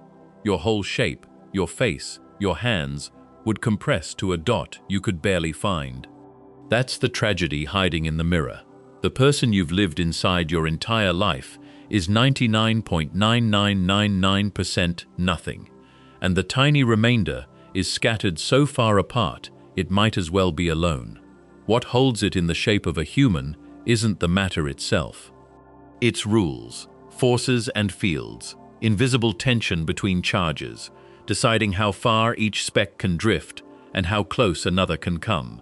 The volume you occupy, the warmth, the weight, all of it is negotiated by laws you never see. So the solidity you trust was never coming from the matter. Push your palm against a table and it stops. Feels obvious. But nothing actually met anything there. The electrons in your hand and the electrons in the wood share the same negative charge, and like charges shove each other away, harder and harder as they close in. That shove is what you register as pressure, It fires up long before any particle reaches another particle because the particles never do reach. There's no contact, just two clouds of repulsion leaning into each other and refusing to overlap. So the firmness of the floor, the grip of a handshake, the warmth of someone holding you, all of it is force, not surface. Your atoms are hovering a hair's width away from everything, always. You have genuinely never touched another person in your life. Think about what that means for every memory you're holding on to. The first hand you ever held, the person you kissed goodnight, the friend you hugged at the airport. In every single one of those moments, a razor-thin gap stayed between you, held open by electrons refusing to let their clouds overlap. Your nerves never felt skin, they felt pressure, the push of one electric field leaning against another, translated into a signal your brain calls warmth or softness. The sensation is real. The contact was always an illusion your body wrote for you. So when you say someone touched your life, you're closer to the truth than you know, because touch was never the physical thing you assumed. It was always fields, negotiating a distance too small to see, standing in for something that never actually happened. And yet those fields are strong enough to build everything you love. Take that same repulsion that keeps you from ever touching anything and stack it up billions of times over. That's a chair holding your weight. That's a bridge carrying a truck. The stiffness of a diamond, the strength of steel, all of it comes from electrons that will not share the same space.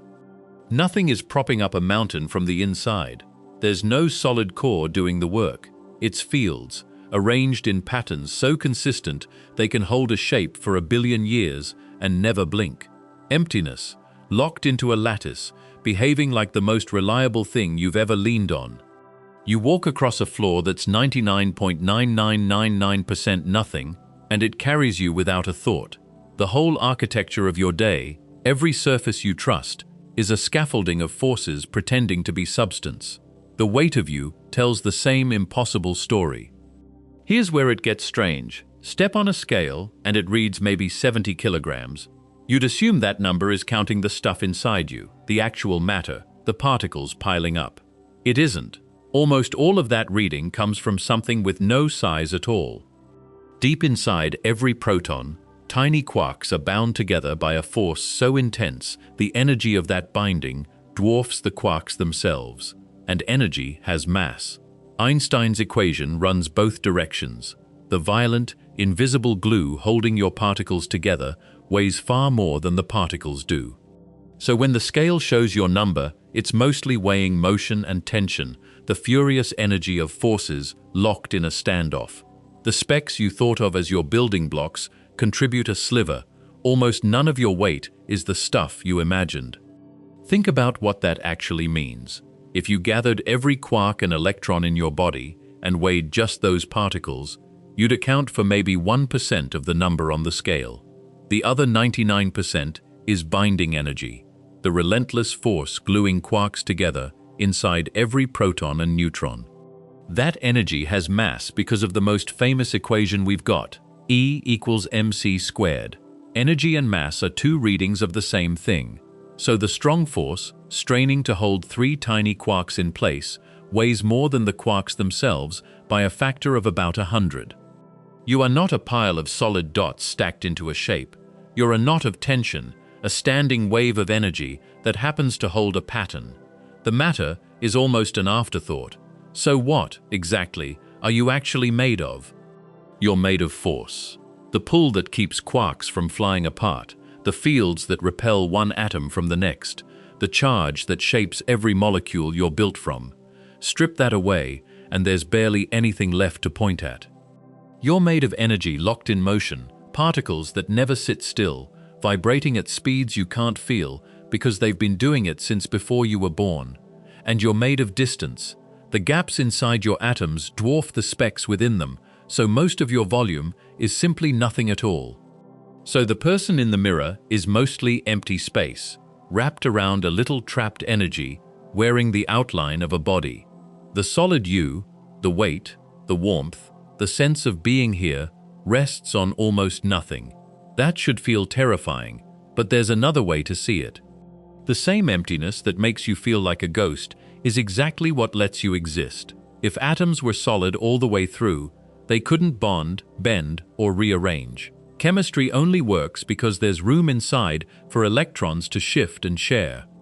Every thought you have runs on charges moving through that space. Every breath depends on molecules built from the gaps. The void isn't a flaw in you, it's the workshop where all of you happens. Fill it in, and you'd stop being alive in an instant. And consider the odds. Trillions of atoms, each almost entirely empty, all holding their arrangement long enough to become a person who can wonder about it. Nothing forces them to stay. The improbability of holding together is almost a miracle. Think about what your body is actually doing right now. Every electron in every atom is being held at a precise distance by electromagnetic repulsion, close enough to bond, far enough to never collapse. The tug that pulls a bone into shape is the same tug that stops your hand from sinking through a table. None of it is locked in place. There's no scaffolding, no glue, no tiny hooks. It's a balance of pushes and pulls, negotiated billions of times per instant, and the arrangement only survives because those forces keep agreeing on where everything should sit. Change the strength of that repulsion by a fraction, and you don't get a slightly different person. You get no coherent shape at all. Your skin, your heart, the specific curve of your face, all of it rides on a settlement so delicate it could have gone another way.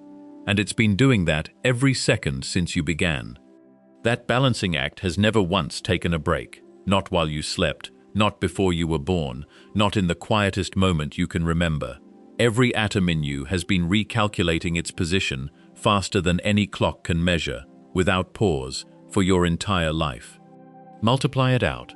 Roughly 7 octillion atoms in an adult body, each running that negotiation continuously for decades. That's a number of tiny agreements no mind can hold, all resolving in your favor, moment after moment, so that you stay you. You never feel the work.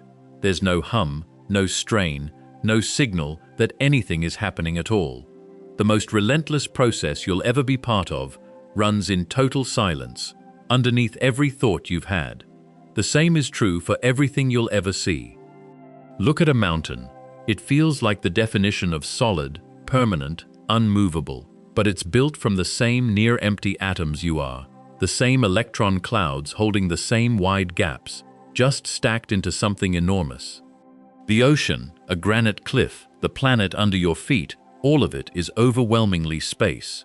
If you pulled the emptiness out of Earth and left only the matter that truly fills volume, the whole planet would shrink to something you could roll across a room. Everything you've ever called solid is a pattern of forces pretending to be substance. The weight, the resistance, the sense that the world is heavy and fixed, all of it comes from fields, not stuff. The whole solid world is running the same quiet trick. Scale it up and nothing changes. A mountain, a planet, a star, they're all built from the same near-empty atoms, packed by the trillions of trillions. The rock under your feet feels immovable, but zoom in far enough, and it's mostly gaps held apart by fields that never let anything actually touch. A neutron star is the one place that trick breaks. Gravity there crushes so hard that the empty space collapses, and a sugar cube of that matter would weigh around 100 million tons. That's what atoms look like when you finally squeeze the emptiness out. Everywhere else, from your coffee mug to the sun, the emptiness stays, and the solidity is borrowed. So the hardest granite and the softest cloud are running the exact same illusion, just at different densities of the same nothing, which loops us back to that stadium and its lonely marble. Picture it again, now that you know what you're looking at. Blow up a single atom until its nucleus is a marble sitting on the center line of a football stadium. The electrons aren't the seats or the stands, they're a faint haze somewhere out past the top row, and between them and that marble, there's nothing at all. That marble holds more than 99.9% of the atom's mass in a space you could lose in the grass. Everything heavy about you, every kilogram you've ever carried, lives in specks like that one, scattered impossibly far apart. The stadium isn't a metaphor for how big the atom is, it's how empty you are. And yet the whole structure holds. The haze stays bound to the marble stays put, and the pattern repeats through every atom in your body without fail. That marble is the reason anything exists at all. Cram that much mass into that little space and you get gravity's opposite problem, a pull so tight it needs something fierce to survive. Inside the nucleus, the strong force does the holding, and it's roughly 100 times stronger than the electric push trying to blow the protons apart. Without it, no nucleus lasts a heartbeat. That balance is what lets matter be matter. The marble stays dense, the electrons stay spread thin, and the gap between them gives chemistry room to happen. Bonds form in that space. Water, carbon, DNA, all of it lives in the distance between a tiny core and its faraway cloud. The whole thing runs on ratios, the strength of that force against the mass of the pieces, the size of the core against the reach of the electrons. Change these ratios even slightly and there is no U. Think about how narrow the window really is. The electromagnetic force that holds an electron near its nucleus is roughly 1036 times stronger than gravity. And that gap isn't a rounding error, it's the reason atoms hold their shape at all. Nudge that balance, and electrons either crash inward or drift off into nothing. The masses have to cooperate too. A proton outweighs an electron about 1,836 times, and that lopsided ratio is what lets a heavy, still core sit at the center while a light cloud does the moving. Swap those numbers and there's no stable orbit to speak of, no chemistry, no bonds. Even the strong force, the one gluing protons together against their own repulsion, works only across a razor-thin range near 10⁻15 meters. A hair too weak and nuclei fall apart. A hair too strong and everything fuses into something that was never going to become a person. You exist because the emptiness is tuned almost perfectly. Sit with what that tuning actually means. The atom is more than 99.9999% empty space, and yet that void isn't slack or wasted. It's held at an exact tension, a distance measured out by forces that never wander from their values. Every electron cloud keeps the same reach. Every nucleus holds the same grip. Across the entire observable universe, roughly 10^80 atoms, the same ratios show up again and again, unchanged from the ones knitting your cells together right now. Nothing enforces this. There's no dial, no correction. The numbers simply hold. And the strange part is the room for error is almost none. Physicists have run the models where the constants shift by a few percent, and the results aren't a stranger universe, they're no atoms at all. Just loose particles that never settle into anything. What you're made of sits inside a margin that thin. That precision is stranger the longer you look at it. So let yourself actually look. The chair under you feels solid, immovable, obviously real. Underneath, it's almost entirely gap, a scatter of tiny cores separated by distances thousands of times their own size, held apart by nothing you could ever touch. Your hand is the same. The warmth of it, the weight of it, the way it presses against a table, all of that is force, pretending to be substance. You've never once felt matter meet matter. You've felt fields refusing to overlap, a repulsion doing the work your senses read as solid. There's something quietly humbling in that. The world you trust as firm ground is the rarest kind of arrangement, empty space talked into holding a shape for a while. It won't last forever, and neither will the particular pattern that is you. It changes how the simplest actions feel. Think about the last time you leaned against a wall. You felt something solid push back, steady and sure. But your hand never actually touched the wall. The electrons in your skin got close to the electrons in the paint, and they refused, shoving back with a force that grows fierce the nearer they get. Standing up works the same way. Your feet don't rest on the floor so much as float a whisper above it, held aloft by that same electric refusal. Every step you take is a tiny negotiation between charges that never once meet. You are, in a very literal sense, hovering. So when you pick up a coffee cup or feel the weight of someone's hand in yours, no part of you is contacting any part of them. What you feel is the push of fields, the language atoms use to keep their distance. Every handshake is forces meeting, never matter. Picture two people shaking hands. Both of them are almost entirely empty, mostly nothing wrapped around a few specks of something. If you scaled one atom up so its nucleus were a marble on the floor, the nearest electron would drift somewhere near the edge of the room. Now stretch that same emptiness across two whole bodies, trillions of those hollow spaces lining up, and press them together. They still never close the gap. Two vast, near-empty universes hover a fraction of a nanometer apart, and the warmth, the grip, the pressure you'd swear is contact is just fields answering fields across the void. That's the whole thing. Solidity was never a property of stuff. It's a performance staged by forces that keep the nothing politely separated. So where does that leave you, now that you know? Here's the strange comfort in it. You've spent your whole life certain that being solid was what made you real. Losing that certainty feels like the floor tilting. But nothing about you actually changed when you learned this. You're exactly what you were an hour ago. The emptiness didn't weaken you. It's what let you exist at all. Those forces holding their careful distance are the same ones that let your heart beat, your thoughts fire, your hand close around another. The void isn't the absence of you. It's the room you needed to happen. So the terror softens into something else. You're not a solid object briefly renting the universe. You're a pattern, a standing arrangement of almost nothing that learned how to look up and wonder about itself. Knowing this doesn't make you less real. It makes you rarer. Think about what that emptiness actually means.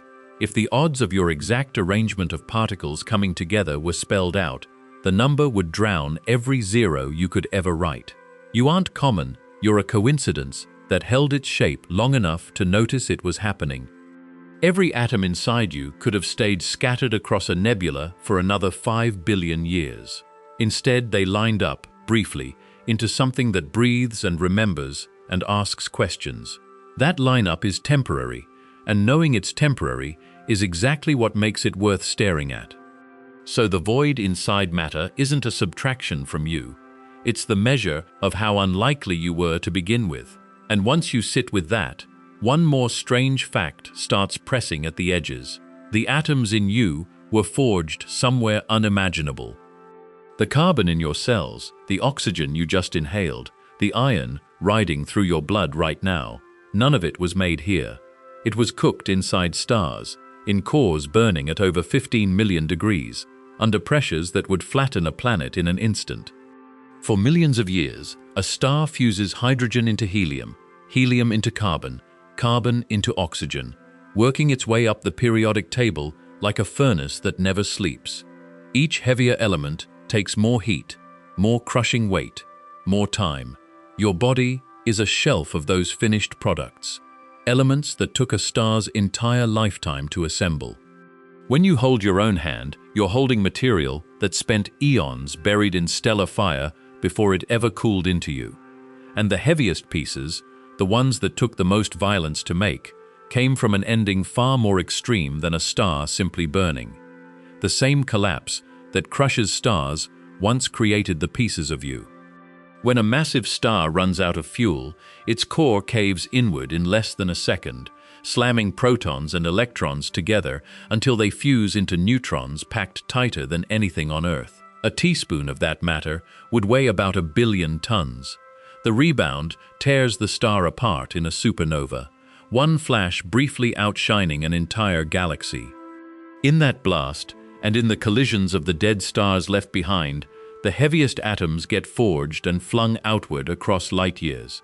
The gold, the iodine, the trace metals your body needs, all of it was scattered by a catastrophe and drifted for ages before gathering into a cloud, a sun, a planet, and eventually you. So the emptiness you carry was filled by the loudest events the cosmos has ever staged. You're the calm aftermath of things that were anything but calm. That's not poetry.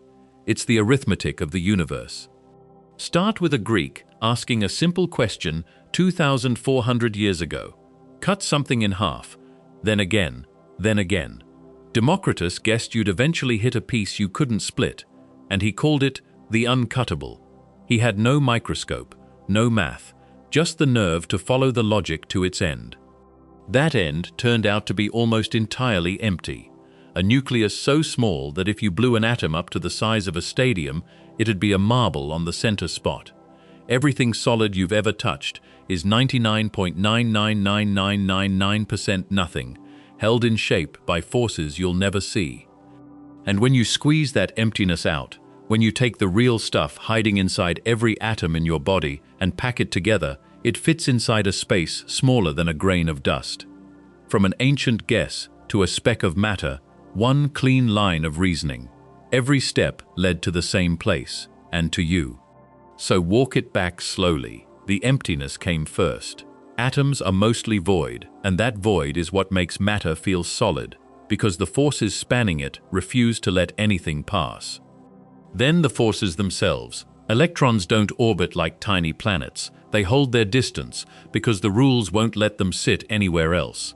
When your hand presses a table, no particle actually touches another. You're feeling repulsion, a handshake between fields that never quite meet. Then mass, which mostly isn't the particles at all.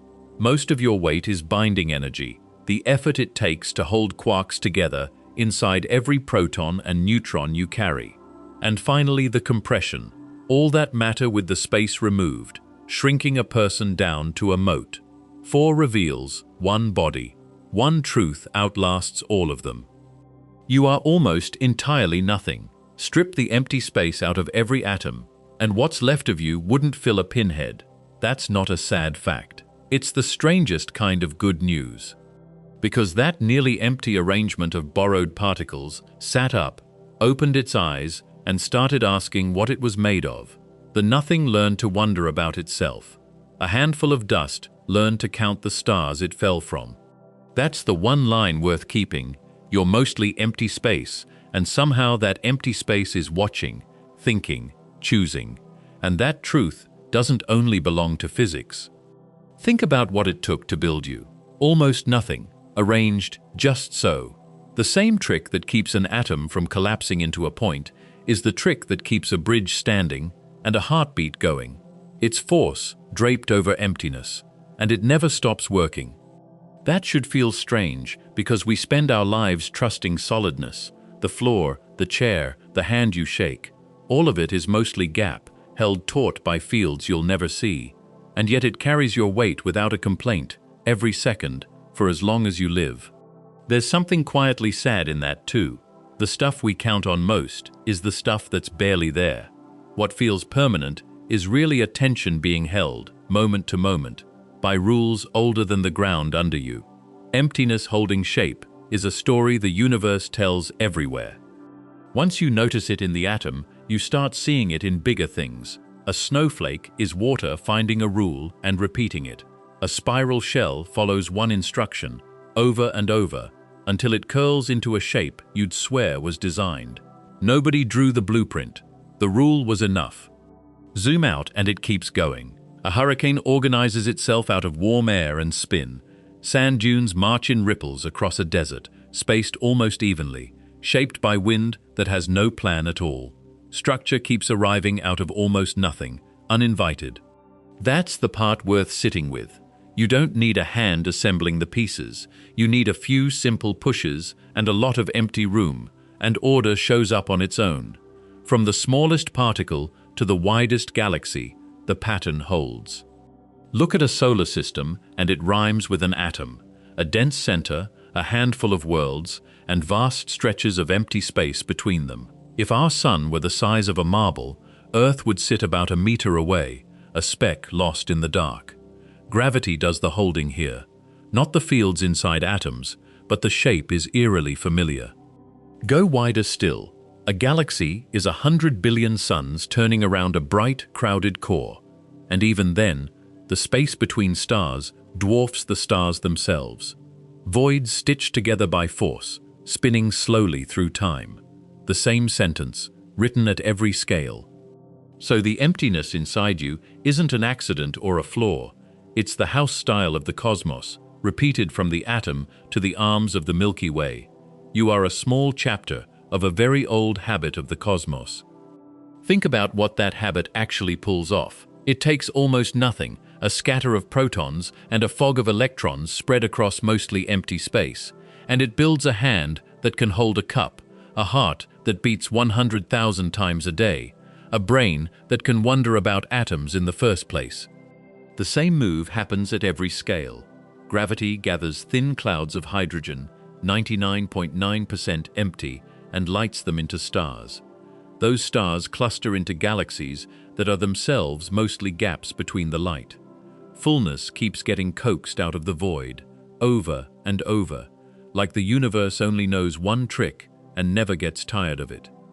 You're the newest run of that trick. The atoms in your fingertips were assembled from the same sparse ingredients, arranged just so, held together by forces you never feel but never stop relying on. That's not a lonely thought.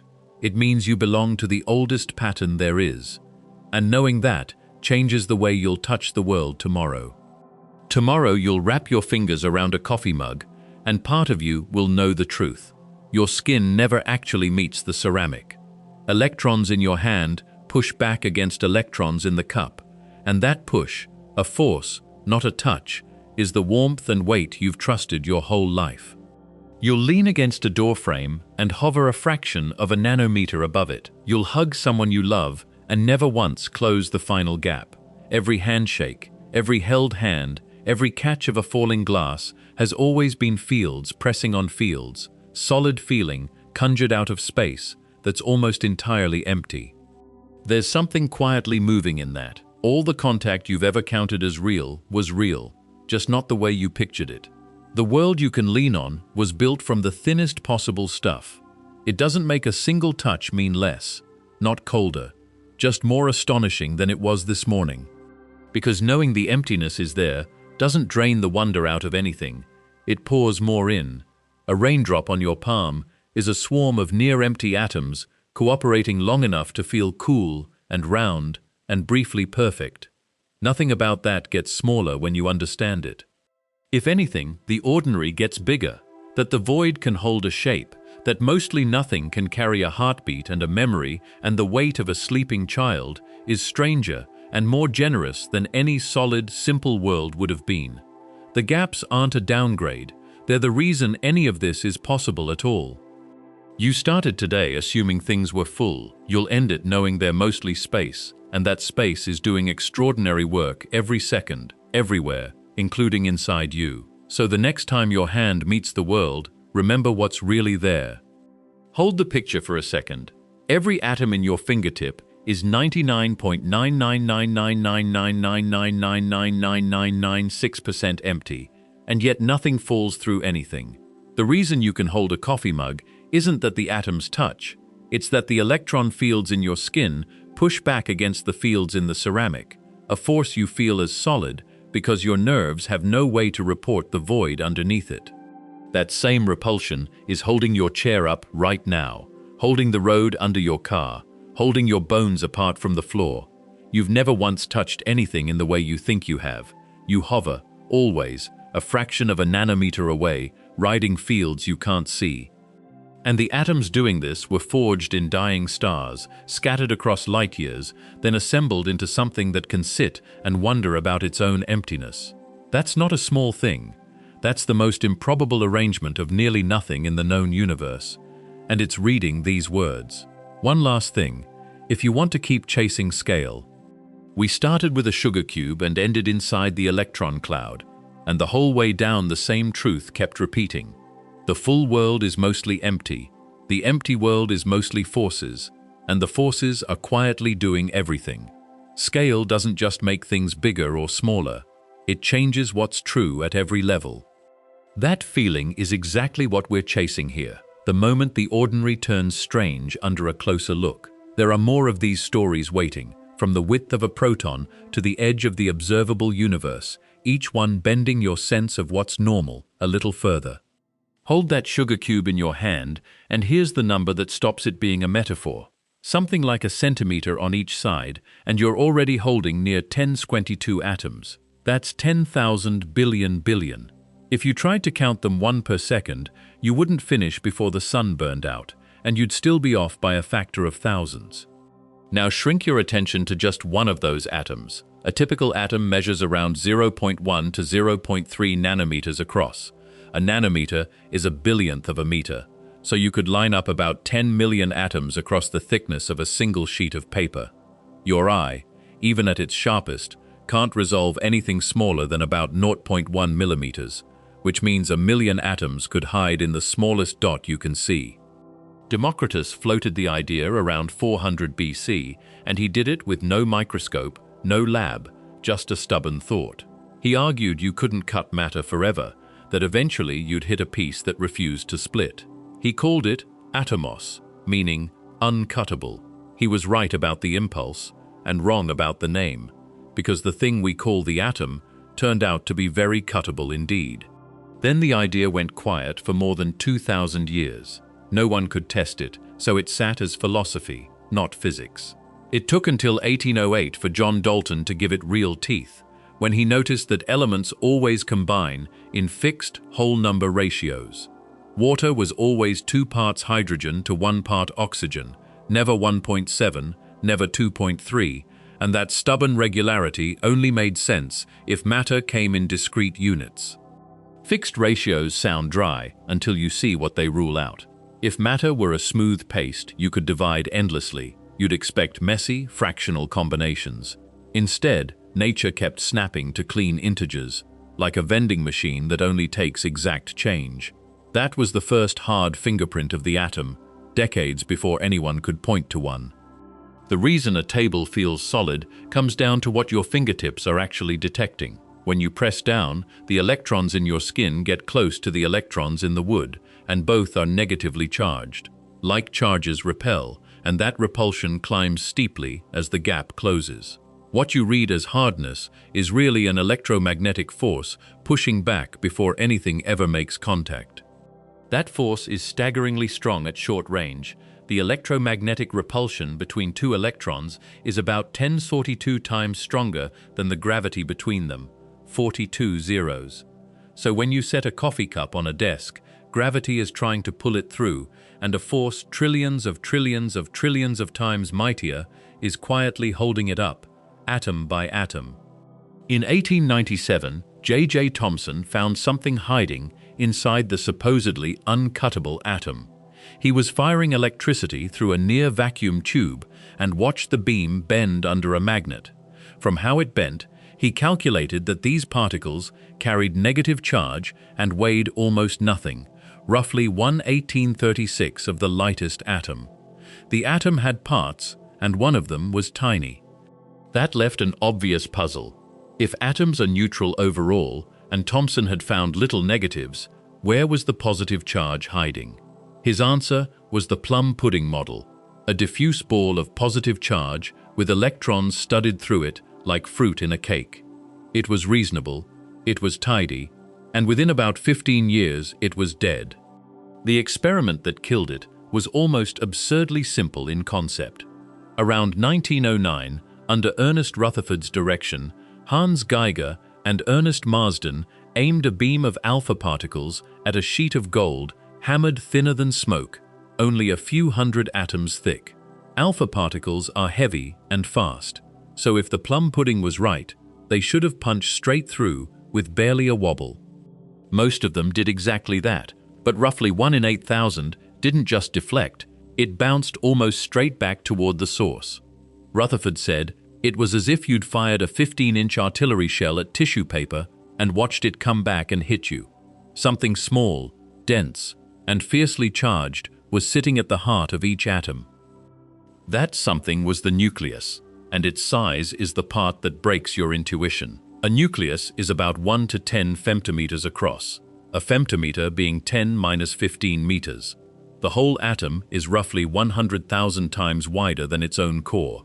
Nearly all the mass, crushed into a speck that's essentially a rounding error next to the atom that contains it. Scale it up so you can stand in it. Blow one atom up to the size of a large sports stadium, the kind that seats 60,000 people. On that scale, the nucleus, holding more than 99.9% of the mass, would be about the size of a marble sitting at the center of the field. Everything else, the entire stadium, is where the electrons roam. And the electrons themselves take up almost none of that space. As far as we can measure, an electron has no size at all, no detectable radius, behaving like a true point. So the atom isn't a stadium packed with stuff. It's a marble and a few specks in a volume the size of a stadium, with the rest being pure, structured emptiness. That emptiness isn't a fixed picture, though. The electron doesn't orbit like a tiny planet on a track. It exists as a cloud of probability, a smeared region where it might be found at any instant. You can calculate where it's likely to appear, but never pin down both its exact position and its exact motion at the same time. That's Heisenberg's uncertainty principle, and it isn't about our instruments being clumsy. It's baked into reality at that scale. The more precisely you fix an electron's location, the more wildly uncertain its momentum becomes, and the trade is unavoidable. Down here, the sharp edges you trust in the everyday world genuinely stop existing. Turn that emptiness back on yourself, and the math gets personal. Your body contains roughly 7 pi 10^27 atoms, each one mostly void. If you removed all the empty space between and within them, and packed the actual matter together, the entire human race, all 8 billion of us, would compress down to something around the size of a sugar cube. So why don't you sink through your chair if you're almost entirely nothing? Same reason the coffee cup floats above the desk. The electron clouds in your body refuse to overlap the electron clouds in the seat. You're not resting on a surface. You're hovering a fraction of a nanometer above it. Held aloft by electromagnetic repulsion, you'll never feel as anything but firmness. There's a second, deeper rule stacking on top of that. The Pauli exclusion principle says no two electrons can occupy the exact same quantum state at once. They're forbidden from crowding into the same configuration, so they resist being squeezed together even beyond simple charge repulsion. This rule is doing quiet, constant work to keep the volume of every solid object from collapsing. Now go inside the marble, into the nucleus itself, because it splits again. It's built from protons and neutrons, and those aren't fundamental either. Each one is made of 3 smaller particles called quarks, bound so tightly that we've never seen one pulled out and left alone. Try to separate them, and the energy you pour in just conjures new quarks instead. The quarks come in flavors, and the ones inside you are called up and down. A proton is 2 ups and a down. A neutron is 2 downs and an up. That's the entire recipe for ordinary matter, repeated in every atom of your body, every rock, every star. 3 little points of charge in 2 simple combinations. Here's where it gets genuinely strange. Add up the masses of the 3 quarks in a proton, and you get roughly 1% of the proton's actual mass. Just 1%. The other 99% isn't stuff at all. It's the energy of the force field binding those quarks together, the churning gluon energy holding them in place. That's Einstein's E = mc squared read backwards. Energy has mass. The furious motion and binding energy inside a proton weighs something, and it weighs almost everything the proton has got. So when you step on a scale, the number you read is about 99% the weight of pure bound energy, and only a sliver of it is what you'd call solid particles. The force doing that binding is the strong nuclear force, and it behaves unlike anything in daily life. Most forces weaken with distance, gravity, and electromagnetism both fade as things move apart. The strong force does the opposite. Pull 2 quarks apart, and it gets stronger, like an unbreakable rubber band that snaps back harder the more you stretch it. So the pattern from the top repeats at the bottom. The atom was mostly empty. The nucleus, when you look closely, is mostly force and energy too, with the actual point particles contributing almost nothing to its bulk. Layer after layer, the closer you look, the more the solid dissolves into fields, motion, and rules. How far down does this go? So far, the quark and the electron look like the floor. We've probed them down to scales smaller than 10⁻18 meters, 1,000th the width of a proton, and they still show no internal structure, no size, no seams. They behave as genuine points, the smallest things we can currently confirm exist. Below that, our questions start losing meaning. At around 10⁻35 meters, the Planck length, the very ideas of distance and location may stop making sense. That's not a wall we've hit with better microscopes, it's a boundary where our physics itself goes quiet. We can write the number, but we can't yet say what, if anything, happens down there. So pull back to a scale you can hold. You, standing there, sit right in the middle. You're about 10⁶ times bigger than a proton, and the observable universe is about 10⁶26 times bigger than you. You're the halfway point, between the smallest thing we can measure and the largest, balanced almost exactly in the center of everything. That middle position is why atoms feel abstract and stars feel abstract in the same way. Both are unimaginably far from your body's scale, in opposite directions, by almost the same enormous factor. And nature ran an experiment to show what happens when you cheat the emptiness, when you force matter to give up its space. Take a star far heavier than our Sun, at least 8 times its mass. For millions of years it burns fuel, and the outward push of that fusion balances against gravity's relentless inward pull. But fuel runs out. Once the core is packed with iron, fusion can't release any more energy, and the balance that held the star up for eons vanishes in an instant. Then gravity wins, and it wins fast. The core collapses in about 1/4 of a second, falling inward at roughly 1/4 the speed of light. The outer layers rush down, slam into the hardening core, and rebound in a supernova that can briefly outshine an entire galaxy of hundreds of billions of stars.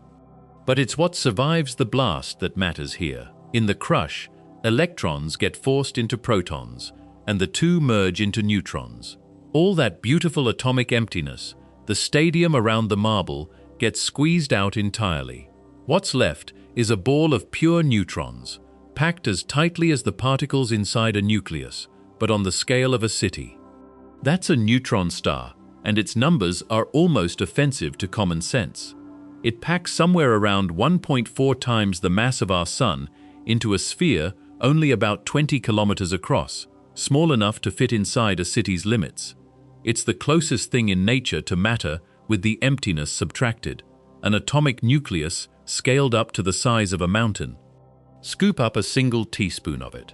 That spoonful would weigh in the neighborhood of 1 billion tons, about the mass of every human on Earth combined, and then some, resting in a spoon.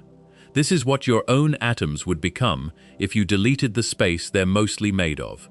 The version of you with no emptiness would be almost invisibly small and impossibly heavy. And the collapse doesn't always stop at the neutron star. If the dying core is heavy enough, past roughly 2 to 3 solar masses, not even the neutrons can hold. Their own exclusion pressure, the same rule keeping your body from imploding, finally loses. Gravity crushes matter past every flaw we know into a black hole, a region where our equations simply stop returning answers. So the emptiness inside you isn't a flaw or an accident. It's the ordinary state of matter when gravity isn't overwhelming, the default that only breaks under the death of a giant star. Every second, that structured void in your atoms is being held open by forces, quietly, without a single moment of rest, everywhere in your body at once. Think about what that means for touch, for the whole idea of contact. When you shake someone's hand, the electron clouds in your skin never merge with theirs. They approach, they repel, and the warmth and pressure you feel is that repulsion translated into sensation. 2 clouds of probability, held a hair apart, and your brain calls it holding hands. The same trick runs your entire sense of the physical world. The chair, the floor, the phone in your hand, the ground under your feet. None of it is the smooth solid your senses report. It's fields pushing on fields, mostly empty structures leaning against other mostly empty structures, and a nervous system converting all that force into the comforting illusion of stuff. And the stuff you are made of has a history that reaches back to those exploding stars. The hydrogen in your water is nearly as old as the universe itself, forged in the first few minutes after the Big Bang.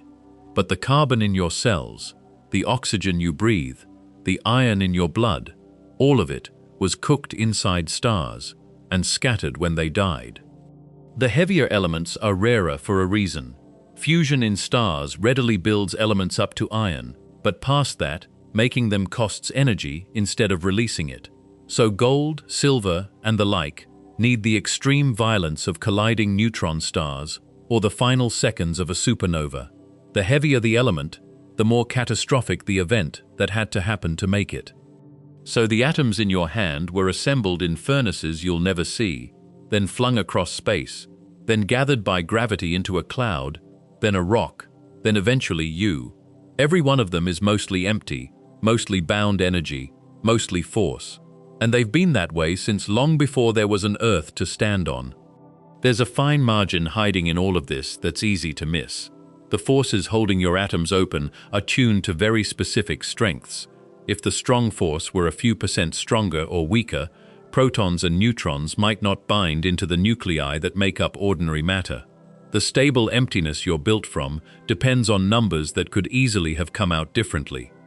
That's the part worth sitting with.